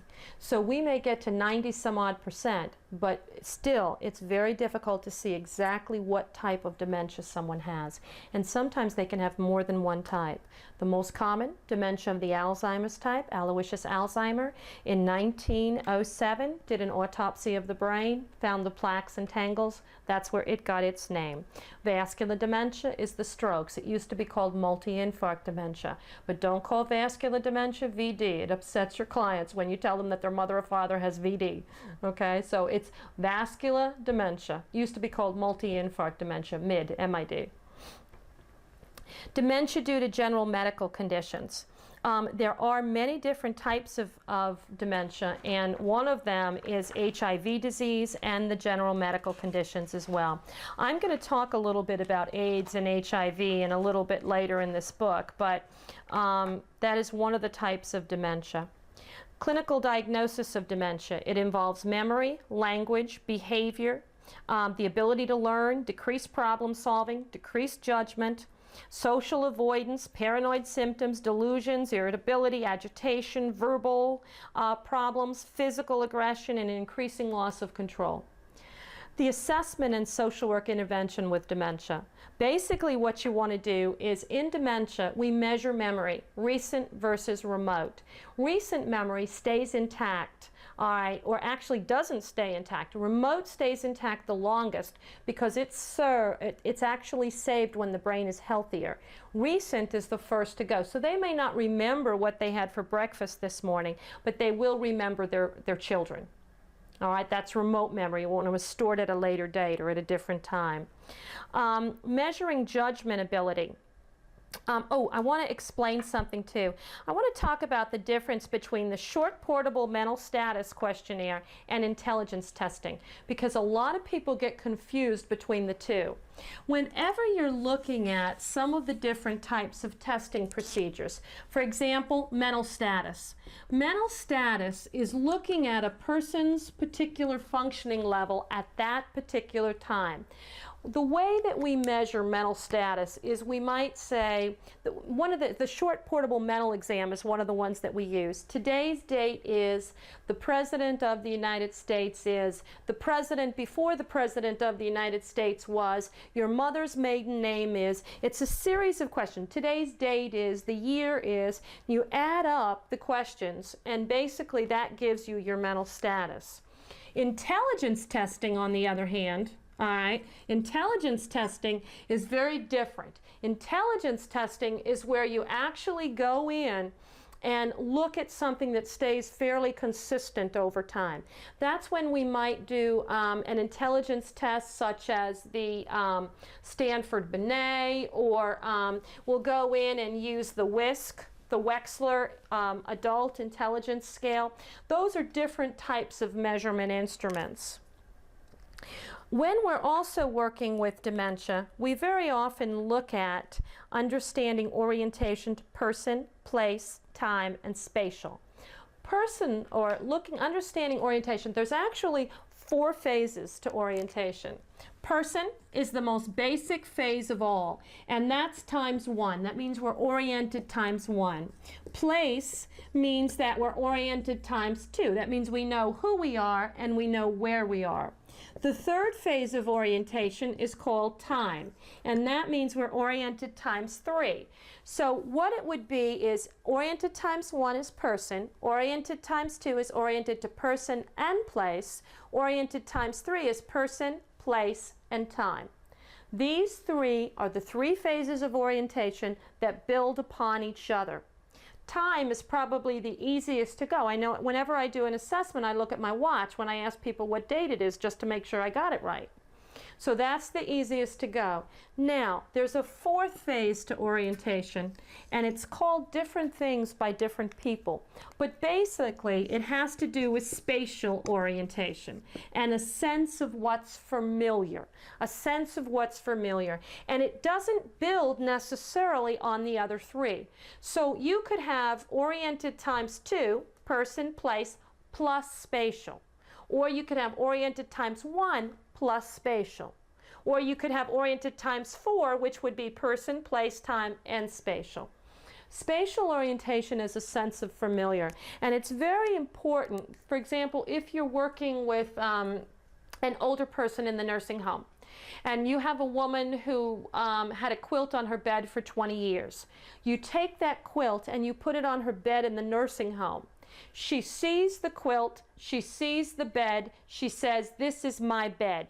That's spatial orientation. So you could have somebody who's only oriented to person, but they're oriented to the spatial piece by using their quilt or their furniture, or putting their picture on the door. They see their face on the door, they know it must be their room. That's spatial orientation, the 4th phase of orientation. We also look at other things such as motor intelligence and cognitive ability. We use something, there is a test called the clock test. And very often the clock test, what you would do is if you say to a client, "I'm going to show you, or I want you to draw the face of a clock." And the client will stand there and they'll draw the face of a clock. And most of us, when we do this, we usually do something like this, you know, and then we put the numbers in, or we space the numbers out in some way. Very often what you'll find if somebody has brain injury is that they'll bunch the numbers up in the corner. That's the clock test. I remember doing this with a woman, and she went 12, 13, 14, 15, 16, 17, 18, 19, 20, 21, 22, 23. And you know, first I thought, well, maybe, you know, this is a military, so maybe this is a 24-hour clock. But she never, she went 34, 35. I mean, she just, and it was all stuck up in the corner. That's the clock test. That's what that is, where you have them draw the face of a clock. Another thing that we very often talk about is reality orientation or validation therapy. In reality orientation, what you do is reorient them to reality. In validation therapy, you help to validate what they're feeling instead of challenge it. For example, in validation therapy, a woman tells you that she is hallucinating, right? She says, "My brother is standing there telling me to go. What do you do?" Well, in validation therapy, you wouldn't say, "Your brother's not there, lady. I'm sorry, you don't see anything." What you would say is, "Listen, I can see that it's really bothering you, that something is really bothering you, that you believe your brother is there and it's bothering you. So what it is it's validating, not so much that they see the hallucination, but that they feel the feeling in regards to the hallucination. So you don't attack them directly, so to speak, or correct them. You support them in terms of their emotion. That's validation therapy. Reality orientation is just orienting them to reality. For example, what medicine are you taking, Mrs. Jones? You're taking Prozac, all right? Mrs. Jones, what's your medicine? Prozac. That's reality orientation. So you're helping them to reach reality, or to understand the reality around them. Let's switch gears a little bit and talk about the substance use disorders. Basically what they do in the substance use disorders is they break it down into substance abuse, substance dependence, substance intoxication, and substance withdrawal. There are 11 different substances, from alcohol to caffeine to inhalants to nicotine to opioids to PCP. And what you do is you take that substance and you would link it to abuse, dependence, intoxication, or withdrawal. Abuse means that it's considered less severe. You're doing something, you know it causes you harm, but you continue to do it anyway. Now, out of those 11 drugs, there's 2 drugs that do not fall under abuse. One is nicotine and the other is caffeine. And by the way, the reason they don't fall under abuse is because they're considered natural drugs that everybody abuses, so to speak. And what would happen is the whole world would qualify for a diagnosis of abuse. So we don't use that one anymore. We just don't use it. We don't use it under those 2 categories. Dependence, so abuse is less severe, continue using it knowing that it causes you harm, does not apply to caffeine and nicotine. Dependence, on the other hand, you need to take larger amounts and you've had unsuccessful attempts to quit. Larger amounts, unsuccessful attempts to quit. Larger amounts with unsuccessful attempts to quit. Substance-induced disorders are your intoxication and withdrawal. Intoxication is the development of a substance specific, something that's considered reversible. Intoxication means you took something in, but you can reverse. You can go back to the way you were before. Withdrawal is where you have declines that are resulting by the substance being reduced. So you're not getting the same amount of substance and it's being reduced. And basically, when we have withdrawal, it's almost always associated with dependence. So substance dependence and substance withdrawal would go together. Substance dependence and substance withdrawal would go together. Here's a sample question for you, and this one's been showing up a lot. A lot of people have asked me about it. When an individual is in recovery from substance abuse, when are they considered to be in full remission? When an individual is in recovery from substance abuse, when are they considered to be in full remission? 1 month, 3 months, 6 months, or 12 months? Probably the 2 biggest time frames whenever you work with the alcohol is 1 month and 12 months. Those are probably the 2 big ones. So in full remission, we're talking about 12 months. In substance abuse and dependence, we're talking about abusing or being dependent for at least a month. We use something for at least a month. If you can make it 12 months, you go into sustained remission. Which of the following drugs is a stimulant? This is another sample question. Heroin, PCP, caffeine, or sedatives? Probably the one that is the most like a sedative here is clearly going to be caffeine, because PCP, sedatives, and heroin do not fall in that category. So it's caffeine is your stimulant. And we could all probably use some caffeine right about now as we go through this stuff. The schizophrenic disorders. Let's switch gears. Now we're out of substance abuse, we're into schizophrenia. There are 5 types of schizophrenia that have been identified: the disorganized, the catatonic, the paranoid, the undifferentiated, and the residual. Those are your 5 types. And one of the things that they say is that there's generally 4 A's that are associated with the schizophrenics. So they have problems with association, affect, autism, and ambivalence. Associative disturbances. Basically, schizophrenics have trouble with association. Go to put your arm around a schizophrenic, and what are they going to do? They're going to pull away because they don't know how to handle that. They have trouble with association. Or they come and they say, "Good morning, Dr. D," and their noses are touching yours because they don't understand the difference between social space, intimate space, formal space. They don't understand associations. The other thing that we often see is the affect disturbances. And they say that schizophrenics have a splitting of affect. And what that means is affect, mood is the general way that we perceive something, and affect is the way that it projects out. So they say they have a splitting of affect. Like one minute they're very upset, the next minute they're tearful. You know, that they can't control their mood. Very splitting of affect. And historically, a lot of people have gotten confused between schizophrenia and dissociative identity disorder, the old multiple personality disorder. 2 very different conditions. One has distinct personalities. The other one is totally different. Very distinct personalities. One is a splitting of the same person. The other is a splitting of multiple personalities, so to speak, in the same body.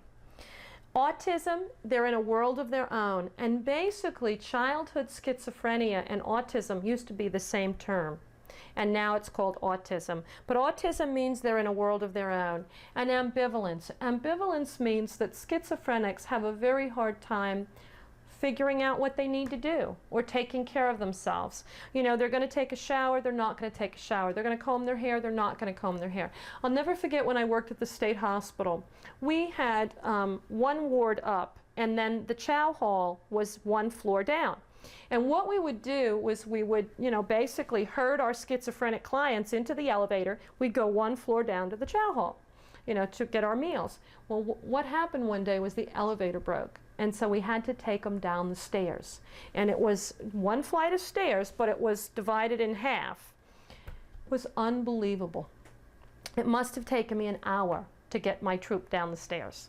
They were going. They were not going. One was looking out the window. One was holding on to the banister. One was going down 2 steps and up 3 steps and down 2 steps and up 3 steps. And then the other one was watching him, and he was going up 4 steps. And it was like a circus because they were so incredibly ambivalent. They couldn't make up their mind. They couldn't go. And I couldn't herd them like I did within the elevator. So ambivalence. The 4 A's: associative, affect, autism, and ambivalence. We very often, too, by the way, talk about different types of schizophrenia. The brief psychotic disorder, the schizophreniform, schizoaffective, and shared psychotic. Schizophreniform is basically less than 6 months. If you haven't met the 6-month criteria, in schizophrenia, 6-month criteria last for at least a month unless it resides with medicines. So if you haven't met that 6-month criteria, you get schizophreniform. Schizophreniform is considered to be provisional, which means you have to change it so that they can basically become later on schizophrenia. Schizoaffective, schizophrenia and a mood disorder. Schizophrenia and a mood disorder. Shared psychotic disorder. They used to call that folie à deux. That's where 2 people share the same psychotic disorder. And a good example of a folie à deux, I've seen actually 2, and they came out of rural communities. You very often will find a shared psychotic disorder in a city because they have to isolate out. Somebody will challenge them. For example, I had a husband and a wife who lived out in a rural area. The husband was hospitalized and the wife literally fell apart because the other half of her delusional system was not there. In terms of the different psychotic disorders, the positive symptoms, whenever you hear the word positive symptom, all right, in schizophrenia, you're referring directly to hallucinations or delusions. Hallucinations or delusions. Whenever you hear the term, well, positive symptoms is the most common one. You may also hear negative symptoms. Negative symptoms are a lot more subtle than the positive symptoms and actually a lot harder to treat. Things like alogia or speech and things where you just don't, lack of interest in goals and objectives and doing things. Those are more of your negative symptoms, which are harder to treat. Your positive symptoms, delusions, you need to know the definition of a delusion. It's a strong belief held even though the evidence is very contrary, but you still hold on. Hallucinations, remember that auditory hallucinations are the most prominent, absolutely. The types of treatment, we can use medicines, we can use halfway houses, we can use family treatment. In terms of the medicines, always know your antipsychotic drugs. And probably the biggest ones that you should know, the older or the atypical, are Thorazine, Mellaril, Stelazine, Prolixin, and Haldol are probably the most common older antipsychotic medicines. The newer antipsychotics do not have the same EPS profile, extrapyramidal symptoms, or Parkinsonian-like symptoms. And the examples that you may see on the test are Clozaril, Risperidol, and Zyprexa. Those are the three most common of the newer. Now, I want you to know Clozaril, because Clozaril has a side effect called a granulocytosis. A granulocytosis, which a granulocytosis is a granulation of the white blood cells within the body, WBCs, white blood cells. So a granulocytosis is where the white blood cells of the body are unable, they're granulated and unable to function, and that requires weekly monitoring. So Clozaril, weekly monitoring, a granulocytosis. But it has a slightly different way of working that works for some people who are slightly treatment resistant. General side effects with the antipsychotic medicines. Just remember, the old antipsychotic medicines were called major tranquilizers, which means that the primary side effect was drowsiness. It would knock you out. The second side effect that we watch out for, all right, other than the drowsiness or the sleepiness, is what we call EPS, extraparietal symptoms, or Parkinsonian-like symptoms. And very often they'll talk about things like dystonia, which is acute contractions of the tongue, where you have a stiff or a thick tongue. A client will come in and say, I can't talk today, because the tongue just doesn't seem to work. Akathisia. The most common is an inner restlessness. This is the client who comes in and you'll see them, the hand is sitting here and they're doing this. And you'll stop it and then the other hand will start doing this. Or you watch the knee and the knee will be shaking, you know, and you'll say, why are you shaking? I don't know why I'm shaking. You stop that knee and then the other knee stops shaking. It's an inner restlessness, akathisia. Some of the anti-Parkinson's medicines that might show up on the test, Cogentin, Artane, those are two that are very often used. Cogentin is probably the biggest one. Also, make sure that you're aware of tardive dyskinesia.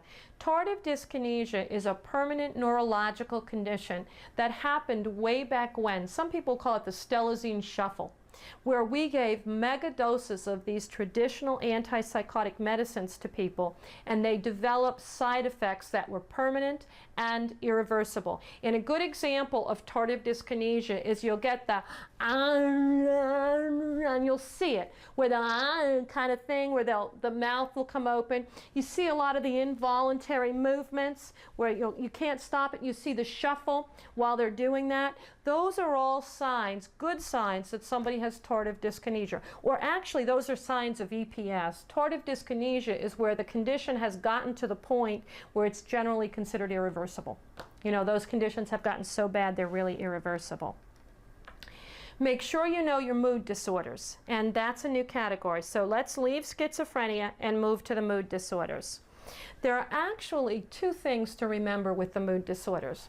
There's what we call episodes, and then there's what we call the actual disorders. It's kind of like if you were baking a cake and you had milk and eggs. Milk and eggs are the ingredients to make the cake. A mood episode is the ingredient to make a mood disorder. Never diagnose milk and eggs. All right, you would diagnose the cake or eat the cake. In the mood disorder, don't ever use an episode as a diagnosis. You cannot diagnose the episode. You can't, because it's like the milk and eggs of your cake. You have a manic episode, hypomanic, major depressive, and a mixed. And here's how I remember the two big ones, manic and major depressive episode.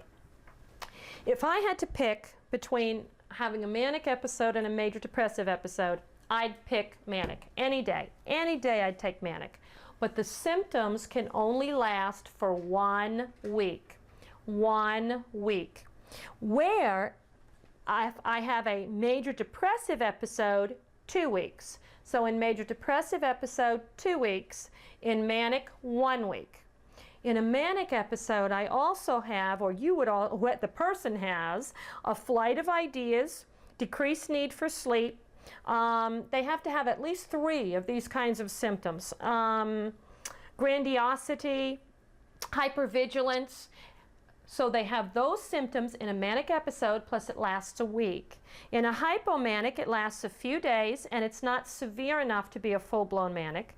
In the major depressive episode, your milk and eggs, so to speak, you have a depressed mood that lasts at least 2 weeks, plus 5 associated features. And the 2 features that almost always are included, almost always, are eating and sleeping. Eating and sleeping. So you've got appetite disturbance, either they're eating too much or not eating enough, or they're sleeping too much or not sleeping enough. So you're going to have all of those characteristics, but primarily those 2. In a mixed episode, you have a lot of alternating of moods. So if this is the milk and eggs of the mood disorder, the episode cannot be diagnosed because it's like the milk and eggs. We take the manic, we take the manic, the hypomanic, and then we apply it to the disorder. And the disorder would be bipolar 1 or bipolar 2. Those are your bipolar disorders. So we've got bipolar 1 and bipolar 2. And here's how I remember it. Bipolar 1 is the big one. Bipolar 1 is the big one. In bipolar 1, you have 1 or more manic episodes with a history of depressive. So you always get the depressive episodes. So you have the manic episodes and the depressive episodes. And you can have psychosis with bipolar 1. Bipolar 2 is the littler one, where it's not nearly as severe. You can have 1 or more depressive episodes, all right, with at least a hypomanic. You got to have at least a hypomanic in the bipolar 2. And in bipolar 2, no psychosis. Bipolar 1, full-blown manic, lasts at least 1 week with the 3 associated features. Major depressive episode lasts 2 weeks, all in the bipolar 1, with sleeping and eating and some of the other features. Bipolar 2, on the other hand, 1 or more depressive episodes in conjunction with, or you also have the hypomanic episode that's included, which lasts a few days. Cyclothymia. Bipolar 1, bipolar 2, cyclothymia. C comes after B and goes with bipolar. Cyclothymia, the real key is alternating moods. But the thing is, in cyclothymia, you're talking about a period of 2 years. A period of 2 years in cyclothymia. Depressive disorders. Again, we've got major depressive disorder. Now, in major depressive disorder, it's unipolar. No mania. What you have in the major depressive disorder is a major depressive episode that is basically recurrent. It must last at least 2 weeks, and you have the associated features. Dysthymia, depression, dysthymia. They both start with D. Dysthymia is a milder form of depression that lasts for a period of at least 2 years. In kids, you've got 1 year of depression, 1 year of agitated depression. But basically, it's a period of 2 years. So if you ever saw a question that said, Over the last 2 years, a client complains about feeling sad, lost, and alone. What would the condition most likely be? If it's consistent over that period of 2 years, it would be dysthymia. Depressive disorder, NOS. NOS is your garbage can. Basically, NOS not otherwise specified. You're very rarely going to see that as an answer to a test question, because anything could fall in that area. Anxiolytic depression. Basically, that's an old psychoanalytic term, but it's gained some interest lately. And the reason it has, because if a child is separated from the mother, very often the connection is not made and they become restless or listless. That's the anxiolytic depression. It has to do with reactive attachment disorder and the separation. Endogenous versus exogenous depression. Endogenous depression is treatment of depression on the inside. Exogenous is exits the body or external factors. Medication for your bipolar is lithium. That's probably the most common. We also use some of the other mood stabilizers such as Depakote and Depakine. Actually, they're actually anticonvulsants, but they work well for rapid cyclers. Medications for depression. The most common medication for depression is the tricyclics. All right, and that is, or they're actually the oldest. Tricyclics, 3 neurochemicals, and the most common is tofranil, and that's your generic name, imipramine. Imipramine. That's the grandfather of all antidepressant medicines.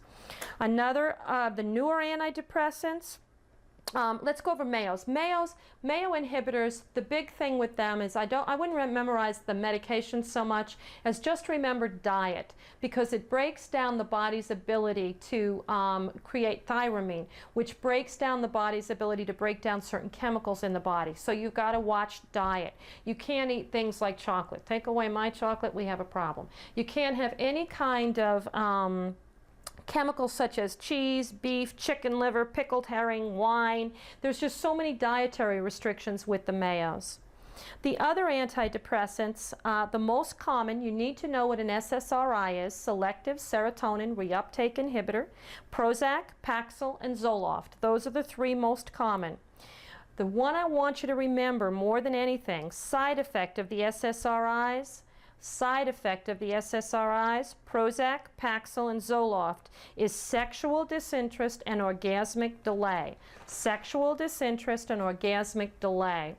There's a medicine called Deseril or Trazodone, which is related to sexual dysfunction. But the 3, and this is shown up a lot, for the orgasmic delay is Prozac, Paxil, or Zoloft. Those are your SSRIs.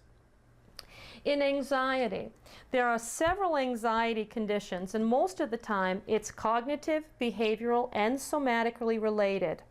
The presentation in anxiety is very different than the presentation in depression. These people are very anxious and they don't know why. They very often go to a primary care provider first. Make sure you know in terms of differential diagnosis the difference if it's a medical condition such as mitral valve prolapse, where the mitral valve of the heart is not working correctly and it might confuse the person into thinking they have a panic disorder, for example. Some of the different types: panic disorder with or without agoraphobia, social phobia, specific phobia, obsessive compulsive disorder, PTSD, post-traumatic stress disorder, generalized anxiety disorder, acute stress disorder, and your anxiety disorder NOSs. Make sure you're familiar with these terms and you're familiar with what these different disorders are. Remember too about PTSD, we very often with PTSD, use it a little more than we should, because technically it's supposed to last at least 1 month, and if it's more than 6 months, it's delayed onset. A lot of people also get confused between agoraphobia and generalized anxiety disorder. In agoraphobia, there's the fear of escape. In the generalized anxiety disorder, it's more of the worrywart type. In terms of your medicines for anxiety, probably the most common are Ativan, Restoril, Valium, Xanax, and Halcyon. If you look at your somatoform disorders, your factitious disorders, your dissociative disorders, and your gender identity disorders, Please read through those sections of the book and make sure you're at least remotely familiar with what they are. You've got some brief definitions there for you. In the selected sexual disorders, we have the paraphilias, which are strong sexual fantasies and strong urges involving fetishism, the use of non-living objects, transvestism, which is cross-dressing, pedophilia. Pedophilia is the interest in prepubertal children, and basically to be considered as a perpetrator, you must be at least 5 years older than the person that you're abusing or that you're attracted to. And the perpetrator, in order to be considered a pedophile, must be at least 16 years of age, at least 16 years of age. Exhibitionism is exposing one's genitals. Voyeurism, observing others engaging in sex. Sexual masochism is sexual excitement through self-suffering. Sexual sadism is sexual excitement through pain infliction. And frotcherism is rubbing or touching against a non-consenting adult. Sexual dysfunctions, we've got the hypoactive sexual aversion. Probably the most common of all the sexual disorders is the premature ejaculation. That is the most common of the male disorders. Make sure that you're familiar with, or at least read through the section on treating sexual difficulties and the sensate focus. Your book also talks about some of the differences between men and women and sexual fantasies. I want you to go ahead and read through those sections. The eating disorders. In the eating disorders, you're going to see questions on the eating disorders. Make sure that you know anorexia nervosa and bulimia nervosa. Anorexia nervosa and bulimia nervosa. Anorexia, just remember, I always think of Karen Carpenter when she died at 86 pounds. They're usually underweight. They have extremely strong denial components. In bulimia, what you've got is somebody who's usually of normal weight, and you want to be very careful of the binging and the purging cycles that very often occur. In your impulse control disorders, we've got pathological gambling, pyromania, kleptomania, trichotillomania. Trichotillomania is the pulling of hair, and it includes the twisting and the pulling of hair from the head, from the eyebrows, eyelashes, hair on your arms, wherever there's hair, pubic hair, wherever you have hair, that's trichotillomania. Sleep disorders, we've got insomnia and hypersomnia. One is trouble falling asleep, the other is sleeping too much. We've got the parasomnias, such as the nightmare or the nightmare disorder, where the child remembers their dreams, or the sleep terror disorder, where they have the sudden awakenings and they generally don't remember their dreams, or sleepwalking disorder, where they're unresponsive. We also have the adjustment disorders, where there's a maladaptation reacting to a psychosocial stressor. That's your adjustment disorder. I want to mention the personality disorders, and there's a couple of issues in these personality disorders that we need to take a look at. For example, paranoid and schizoid, schizotypal. Those fall under cluster A. Paranoid, schizoid, and schizotypal. Those three are a lot alike. The paranoid personality disorder and the schizoid and the schizotypal. Schizoid, here's how I remember. Schizoid, zoided out in a world of their own. In schizoid, they're zoided out in a world of their own. In schizotypal, that's more like schizophrenia. It's more like schizophrenia. And basically, the schizoid personality disorder, I always think of Greta Garbo. You know, they're socially isolated, they choose to be alone, and she would say, I'd rather be alone, take them away, I'd rather be alone, I don't want to be around them anymore, I'd much rather be alone. Where the schizotypal, on the other hand, wants desperately to have a relationship, but they can't get it together. And when I think of the schizoid, I think of Greta Garbo, zoided out in a world of their own, schizoid, and I think of the song by Simon and Garfunkel, I Am a Rock. I built walls, a fortress deep and mighty, that no one may penetrate. I won't disturb the slumber of feelings that have died. If I never loved, I never would have cried. I am a rock. That's the schizoid. The schizoid's the rock. The schizotypal wants desperately to have a relationship, but they can't. And so very often what happens is they want desperately to have intimacy, but they can't make the connection. And very often in the schizotypal or the schizotypal, depending on how you choose to pronounce it, in that type, they have something called ideas of reference. Ideas of reference. An idea of reference is basically an incorrect interpretation. It's an incorrect interpretation of the way somebody perceives something. That's an idea of reference.